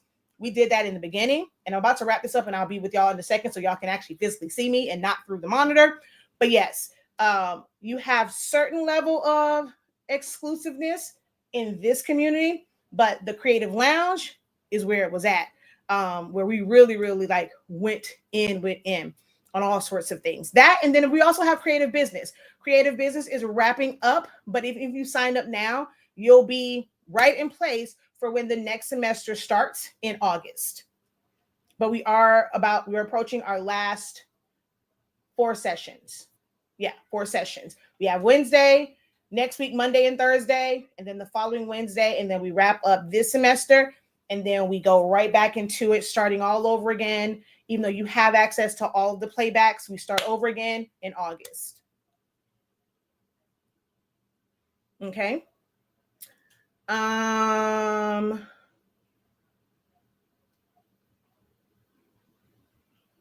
Shoot, I don't paid 100 and ain't learned nothing and didn't even get to ask a question. I love questions. My whole platform is built off of asking questions. I went to therapy because my community stopped asking me questions, and it put me in therapy because I was like, is it me? Am I the drama? Am I the issue? Why are they not seeking help from me anymore? It sent me crying to my therapist. I love answering questions. Like, my entire platform is built on asking and answering questions, literally. Okay. That's how I found this video, was by getting the email. YouTube doesn't send me any notifications for your channel anymore. Stupid algorithm. I know. And you could have joined the Zoom too, but yes. So that also lets you know if you're not able to join the Zoom, if you get an email, just come on and join the live on Facebook or YouTube. If you're not able to join the Zoom, but you are always welcome to come into the Zoom room. For the laser printer, my girl, Gifted Hands by Javai. She hasn't done anything yet. She's still trying to get all set up and organized. Like, she has the Mamaki. I wish I can clear out space so I can get the big wide format, but she has like her full garage. So she has like the Mamaki, and she just got the large format laser printer. So Gifted Hands by Javaya. That's everywhere. YouTube, her platform of choice is Instagram. You can all be guaranteed she's gonna post to Instagram. She kind of abandoned TikTok, but she says she's going back. And then she is also, on Facebook. So Gifted Hands by Javaya. So at some point, she will show us some things from her new laser printer. I don't think it's all fully set up. I think the last picture I saw, it was still wrapped up. It came out the box, but I think it's still wrapped up. Okay. Miss Karen says the class and community are amazing. They are beyond worth it. Yeah. So, yeah. So, you were the ones paying $100 per month. Yeah, it was just $25.63 per month. But I mean, I don't know. Maybe people have gotten burned, so they're like, I don't want to spend no more money on people. But hey, my setup is different. The emails are definitely keeping me in the loop. Yay! Awesome. All right. So just to recap, right? Epson printers are cool. Oh, someone asked about the TC20. I'm going to tell you guys, I do have a TC20. I'm about to end up probably with the TC21 because my TC20 crapped out on me. So the issue with the TC20, so if you don't know, that is a Canon printer, prints beautifully. Like, the prints were absolutely amazing. The issue is its core is only 2 inches. And most papers that are 24 inches, they come with a 3-inch core. So I did, a little razzle dazzle, and I created rings from foam board and put them inside, and it worked for a while. But because it's foam, and every time it's spinning, it kept chipping away, and it got kind of loose, and it got a little too loose, and I think it just knocked it all off to where now I can't put glossy or any heavy paper. It prints my thin matte paper just fine, but my glossy ones, I couldn't get that going anymore in it. And I will say that I don't like printing from the tray, the cut sheets. For some reason, those prints don't come out like the roll. The settings are even different. So to the person that asked about the TC20, I think it's a great printer if you can find the media for it. It's really hard to find the 2-inch media. For the glossy sheets, they are 3-inch core. So that one is kind of hard. Unless you're going to try and rewind it yourself, but you have to be able to really, really have a lot of pressure on it. If not, it jams. And then the rolls come too big. That was the other thing. Every single roll of paper that I purchased because I'm a big go big or go home girl kind of gal, was too heavy for the TC20 because of the little area that it has. So I kept having to like rewound the paper on different cores. And then I had to figure out like, okay, how much paper, it was a lot. So I don't go to it as much. And by me not going to it in a couple months, the print head died on me, and I just don't have the energy to try and fix it. So I'm just gonna, I got the warranty. One thing I will never ever do is buy a printer without getting the extended warranty. Okay, well, the protection plan, not warranty, to get the protection plan. Because if it breaks, I'm past the year. The protection plan was for 3 years. I'm about to get me a new printer. Either that or I'm about to get me the equivalent, which was what, $700. I'm about to get me whatever it is. And I'll probably go out and go buy me some other printers. But I don't ever buy a printer. Even the cans that I just purchased, I still got the protection plan on them. I'm always get a protection plan. So that one, to the person asked about that, that's the only can that I got mixed feelings about. Because I'm trying to figure out why they made the 2-inch core and don't know paper coming to 2-inch core. Except like drafting paper. Like for architects, like that thin paper is on a 2-inch core. But the paper that we need don't come on a 2-inch core. And they tripping. Or if you do find it, it's really expensive. So that one is one where I can't 100% back the TC20.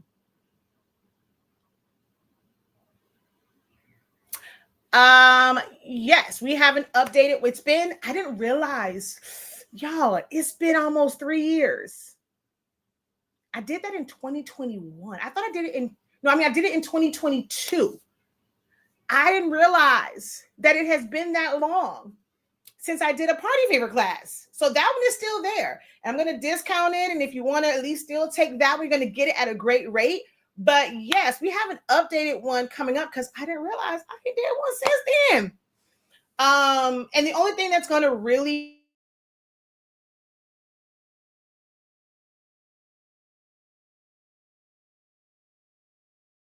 stuff, but I guess mainly the traditional stuff, but I'll end up doing more like coloring book activity. We may have done the activity books in there, I'm not sure, but like the cups and like the new stuff that people are doing, I'm going to kind of do that in this one.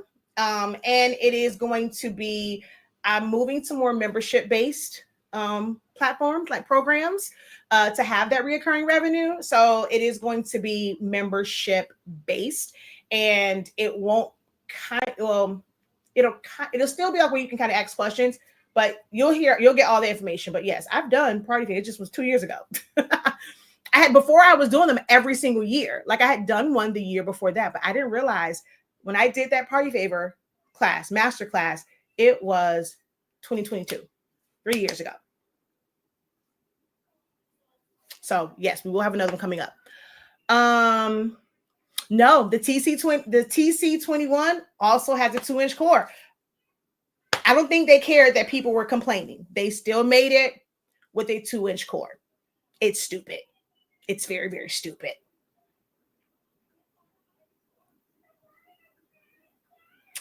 So that is what I'm trying to show on the screen. So Miss Karen, a 3D print for the core might work. That is actually what I am working on, and working with someone that has a 3D printer, or trying to, I'm creating it, and I want to see if a 3D print will work for it, because the foam worked for a really good long time, but over time, and I didn't think, and I waited till, had I known that, I would have pulled it out and put a fresh like adapter in there. But yeah, I didn't know that. And then by the time I realized it, it's a little too late. It already knocked it off. So yeah. But back to printers. I'm sorry. I'm going to wrap it up because, baby, it is 9 o'clock. Okay. I've been on here since 6:10. Okay. Very, very, very late. This thing says 2 hours and 13 minutes.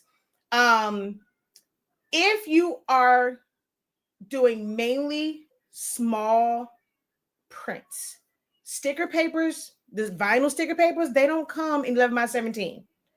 If you're wanting to print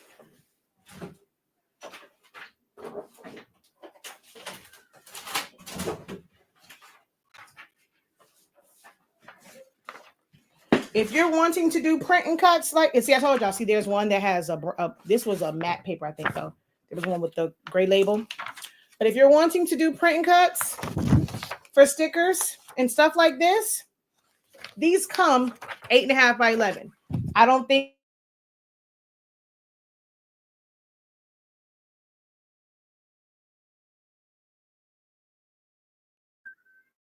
there we go. I don't think I've seen 11 by 17, 12 by 18, all of those. You're going to print to a small sheet anyway. Photo papers, of course, those do come in 11 by 17. But if you're doing something like chip bags, most don't print two to a sheet. They rather just print out like the one like single sheet. You're still using 8.5-inch wide paper. If you're doing like coloring books, like the ones.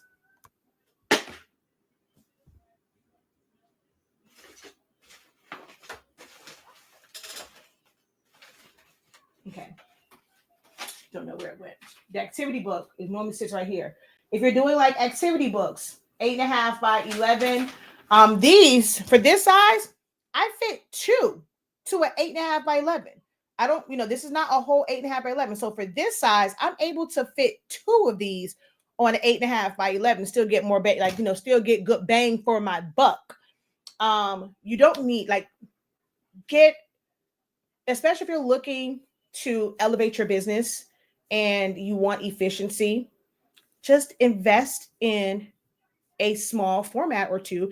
For the cost of most of these larger format ones, you can get two small ones and you're going to be able to pump out more work if you find that like you're just behind. Like if like some of those like really popular Instagram pages that does like stickers and coloring, if you look, they have like 4 different printers and they're like sticker shops. They have a bunch of printers there for efficiency. Having a large format doesn't make it more efficient for you if you're printing to 8.5 by 11-inch paper. Canon has some really great options and the breakdown of coated and non-coated paper. So if you're using photo paper mainly and you like glossy, if you are using like sticker sheets, there's matte and there's glossy, and there are some that are coated. You can use the dye-based printer. Now, if you're wanting to use a matte paper, certain like in the semi-gloss ones, the dye-based ink may not fare so well on those because those won't have the proper coating on it to keep it from running. But photo paper, you're good to go with the dye-based printer. I am recommending Canon printers because the Epson ones print slow as molasses. Now some of the ones that cost like $300-400, they do print a little bit faster, but from my research, it was like 11 pages per minute. The Canon still kind of beat it out. Now, something like the resolution is a little bit different, but this print was amazing to me. It hasn't done me dirty. So I am pretty much Team Canon. I'm going back to being Team Canon. I showed y'all when I first got into printing, I was a Canon girl. This was my very first printer that I purchased myself as an airman in the United States Air Force, was a Canon Multipass F30. Very first printer I purchased myself. And so now I'm going back to Canon. So when you hear me recommend printers, it's not to say that you cannot use the Epsons, but there's a difference between what someone can use and telling them what they can use versus recommending. So when you see me recommend a printer, 9 times out of 10, unless I'm talking about an Epson 16600, the word Canon is going to come out of my mouth. I'm just letting you guys know that. Okay. I highly recommend, like I said, you consider some smaller format ones. Like I did when I had to do these orders. Having those printers allowed me to do the smaller items, and I'm able to use the large ones. If you don't know, all of these printers print up to 47 inches long. So if you get the photo paper on a roll, even though it's only 8 inches wide, you can a small banner that's 8.5 by 47 inches. But I typically tend to print my banners on the Epson one because that is I normally do them 12 by 48 or 47. So I use this one for bigger stuff because it does take longer to print those longer sheets, those bigger sheets. But I need to be able to print out my regular sheets like faster. I'm going to use the small format. And right now the Canons are doing me lovely. And the die ones work great. I did purchase a Canon Pigment Ink printer, and once that comes, I'm going to do both of those videos back to back. Okay, so you'll be able to see that. All right, so I want to print larger fans, posters, and yard signs. So for that one, you're looking at like my rolling. So for yard signs, none of these printers are going to work for you. None of them are going to work for you because they're using dye ink, pigment ink. They're not UV protected, any of that. So if you're wanting to print yard signs, the cheapest printer that you're going to be able to get is a Roland BN20, and that's going to run you about $6,000. Do I have a YouTube for coloring books? No. No, not really. So are you using photo paper with pigment ink on your current? So I'm not using pigment ink in my Canon. The Canon is a dye-based printer. Even though this is Epson ink, the ink looks like this. The Canon is not pigment ink. The Canon is not pigment ink. My workforce is pigment. But yes, I do use photo paper in both of them.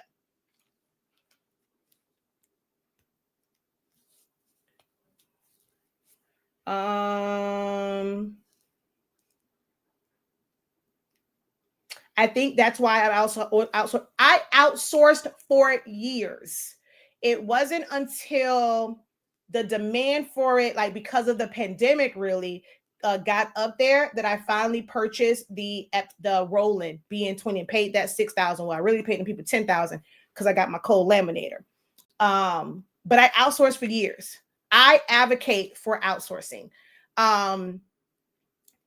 It may seem like you are losing money because, of course, they're going to charge you for their labor and time. But when you have a good print shop, no shade, it's going to come off wrong. I'm here for crafters and creatives. But if I'm being totally honest, when you don't operate in volume, and this is something that I teach in creative business, you can charge less if you have the volume to support that. And as long as you kind of keep going, like once you kind of get that volume, like them prices should come down a little bit. Okay. I prefer larger print shops because they're not charging an arm and a leg for just the print. I'm designing it. Like all I'm doing is printing it. They don't have to do anything other than upload it and print it. The price point is slightly better. When I've gone through like some startup businesses and tried to support some crafters or creatives, it's like they're wanting to make the same amount of money as if like they were making a shirt, and the cost of those prints are too much. Like you can't make a real profit, as a business. You want to buy low, sell high. So the way some of them price, because they're just kind of pulling prices out of nowhere, they don't really have a solid model because they haven't had an instructor like me when it comes to business. I just can't get down with it. So I'm always going to recommend outsourcing because I'm going to go to those who the price point is there, right? Like for big banners, I'm going to sticker banners. There's a couple people but their prices are ridiculous. With sticker banner, I'm going to get an 8 foot by 8.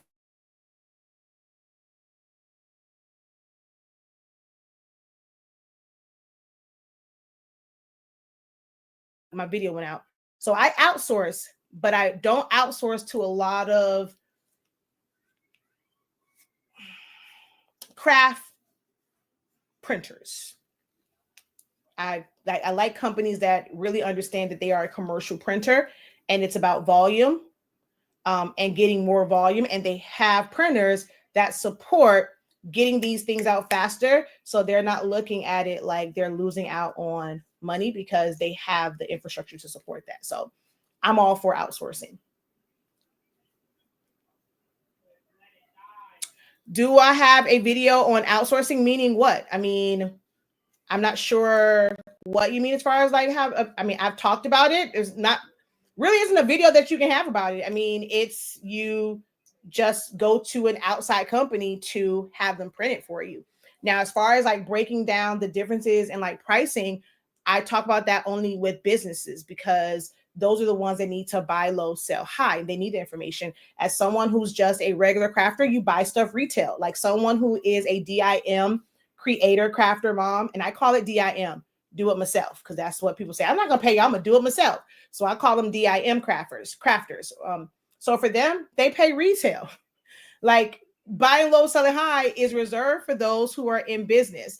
So I don't really do a lot of that like on regular, but in regular videos, other than just saying that I recommend outsourcing. But in creative business, I talk about going to commercial shops and like looking for them and how to how to buy low, sell high, basically.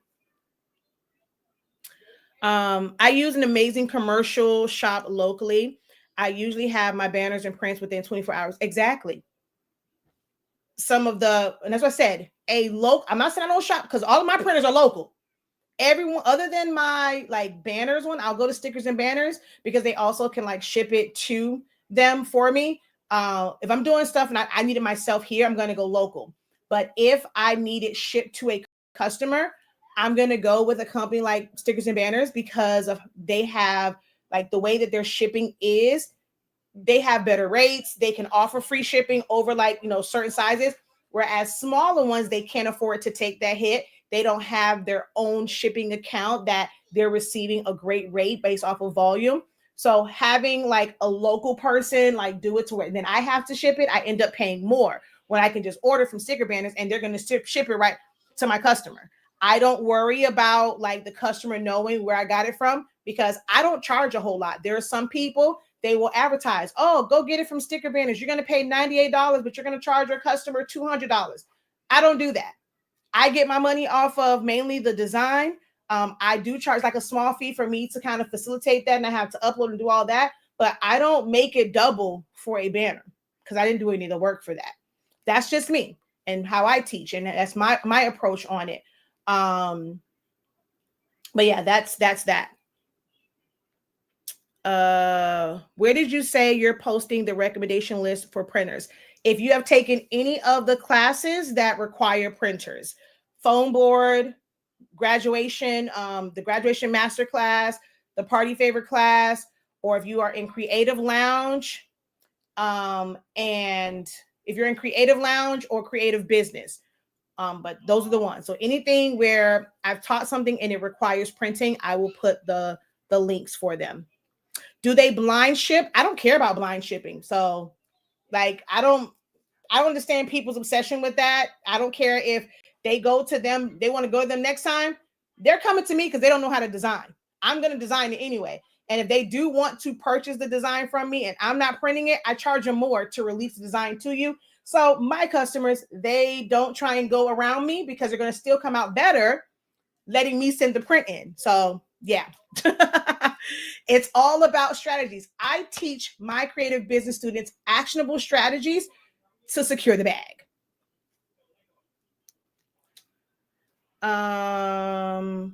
Okay, so that was all the questions. All right, y'all. Canons are my go-to printers from now. Don't overthink getting a large format. If you can swing it and like you absolutely need a large format, I mean, go for it. In the large format realm, I'm going to say an 8550. I haven't tested out. Like Canon doesn't have an EcoTank printer. That's a large format. They do have like cartridge-based ones, but their cartridges are very, very expensive. Like it's ridiculous. I don't care if you are in business. Them things are ridiculous, like for cartridges. So I just can't wrap my head around it. But their tank printers are all small format right now. Hopefully they'll come out with some larger ones, but they do have some amazing 11 by 7, like 11 inch, 13 inch wide, well, 11 inch, or then you go to like the 24 inch printers. They have some amazing ones. But you're not going to find a like 11 by 17, 13 by 19 type printer in a tank printer with Canon. my recommendation for that would be the 8550 from Epson or the 16600, 16650 printers. I personally never recommend the 15,000. So I'm not saying that you can't use it, but again, there's a difference between what you can use and what someone recommends. I personally never recommend the 15,000. So hopefully this 2.5 hour session has answered your question, is giving you much needed knowledge and information. This is a little shameless plug. If you did not see my video earlier, if you purchased the what is this thing called? You can go watch that video too. But if last year you purchased the templates, the blank templates to be able to make notebooks, check your emails. There is an update. If you have the Vault, there is an update for the notebooks. We now have the file available for Photoshop and Canva. Canva, you open up the PSD file and it will work. We updated it to where it's not rounded because that was like an issue for some people, and it's straight. So we have updated the file. If you have the Vault, you get the mock-ups as well included in the Vault. If you're just buying it, you have to go and purchase the mock-up, but it has been updated. So check the Vault if you have the Vault, the template Vault. And if you purchased it last year, just anytime, like since like before today, you should have an email that says this file has been updated. Download that one, delete the other one off your computer. And if you purchased the template and the class last year, that's the only one the update hasn't gone out for, because I have to update the file for that one. So that one is the only that update should come probably tomorrow sometime. Okay. So that's that. And if you haven't seen them, this is it. People, I've showed how to make your own. People that ask me about a template for these, I don't like putting branded stuff because I don't want the people coming after me, but you're more than welcome to make your own with our template. But yes, if you saw this post, I'm not selling the decals with the chips on them. So if you want the Takis, and that's the other thing, it's too many different ones. I started posting it. People are like, Takis and this and that. And I'm not doing all those. Make your own. Go get the template, the blank template, fill it in. I showed earlier how to do it. We also have a video on our exclusive video for those who purchase it that shows you how to use it. It goes into more detail than I went in today. Go get the template. Okay.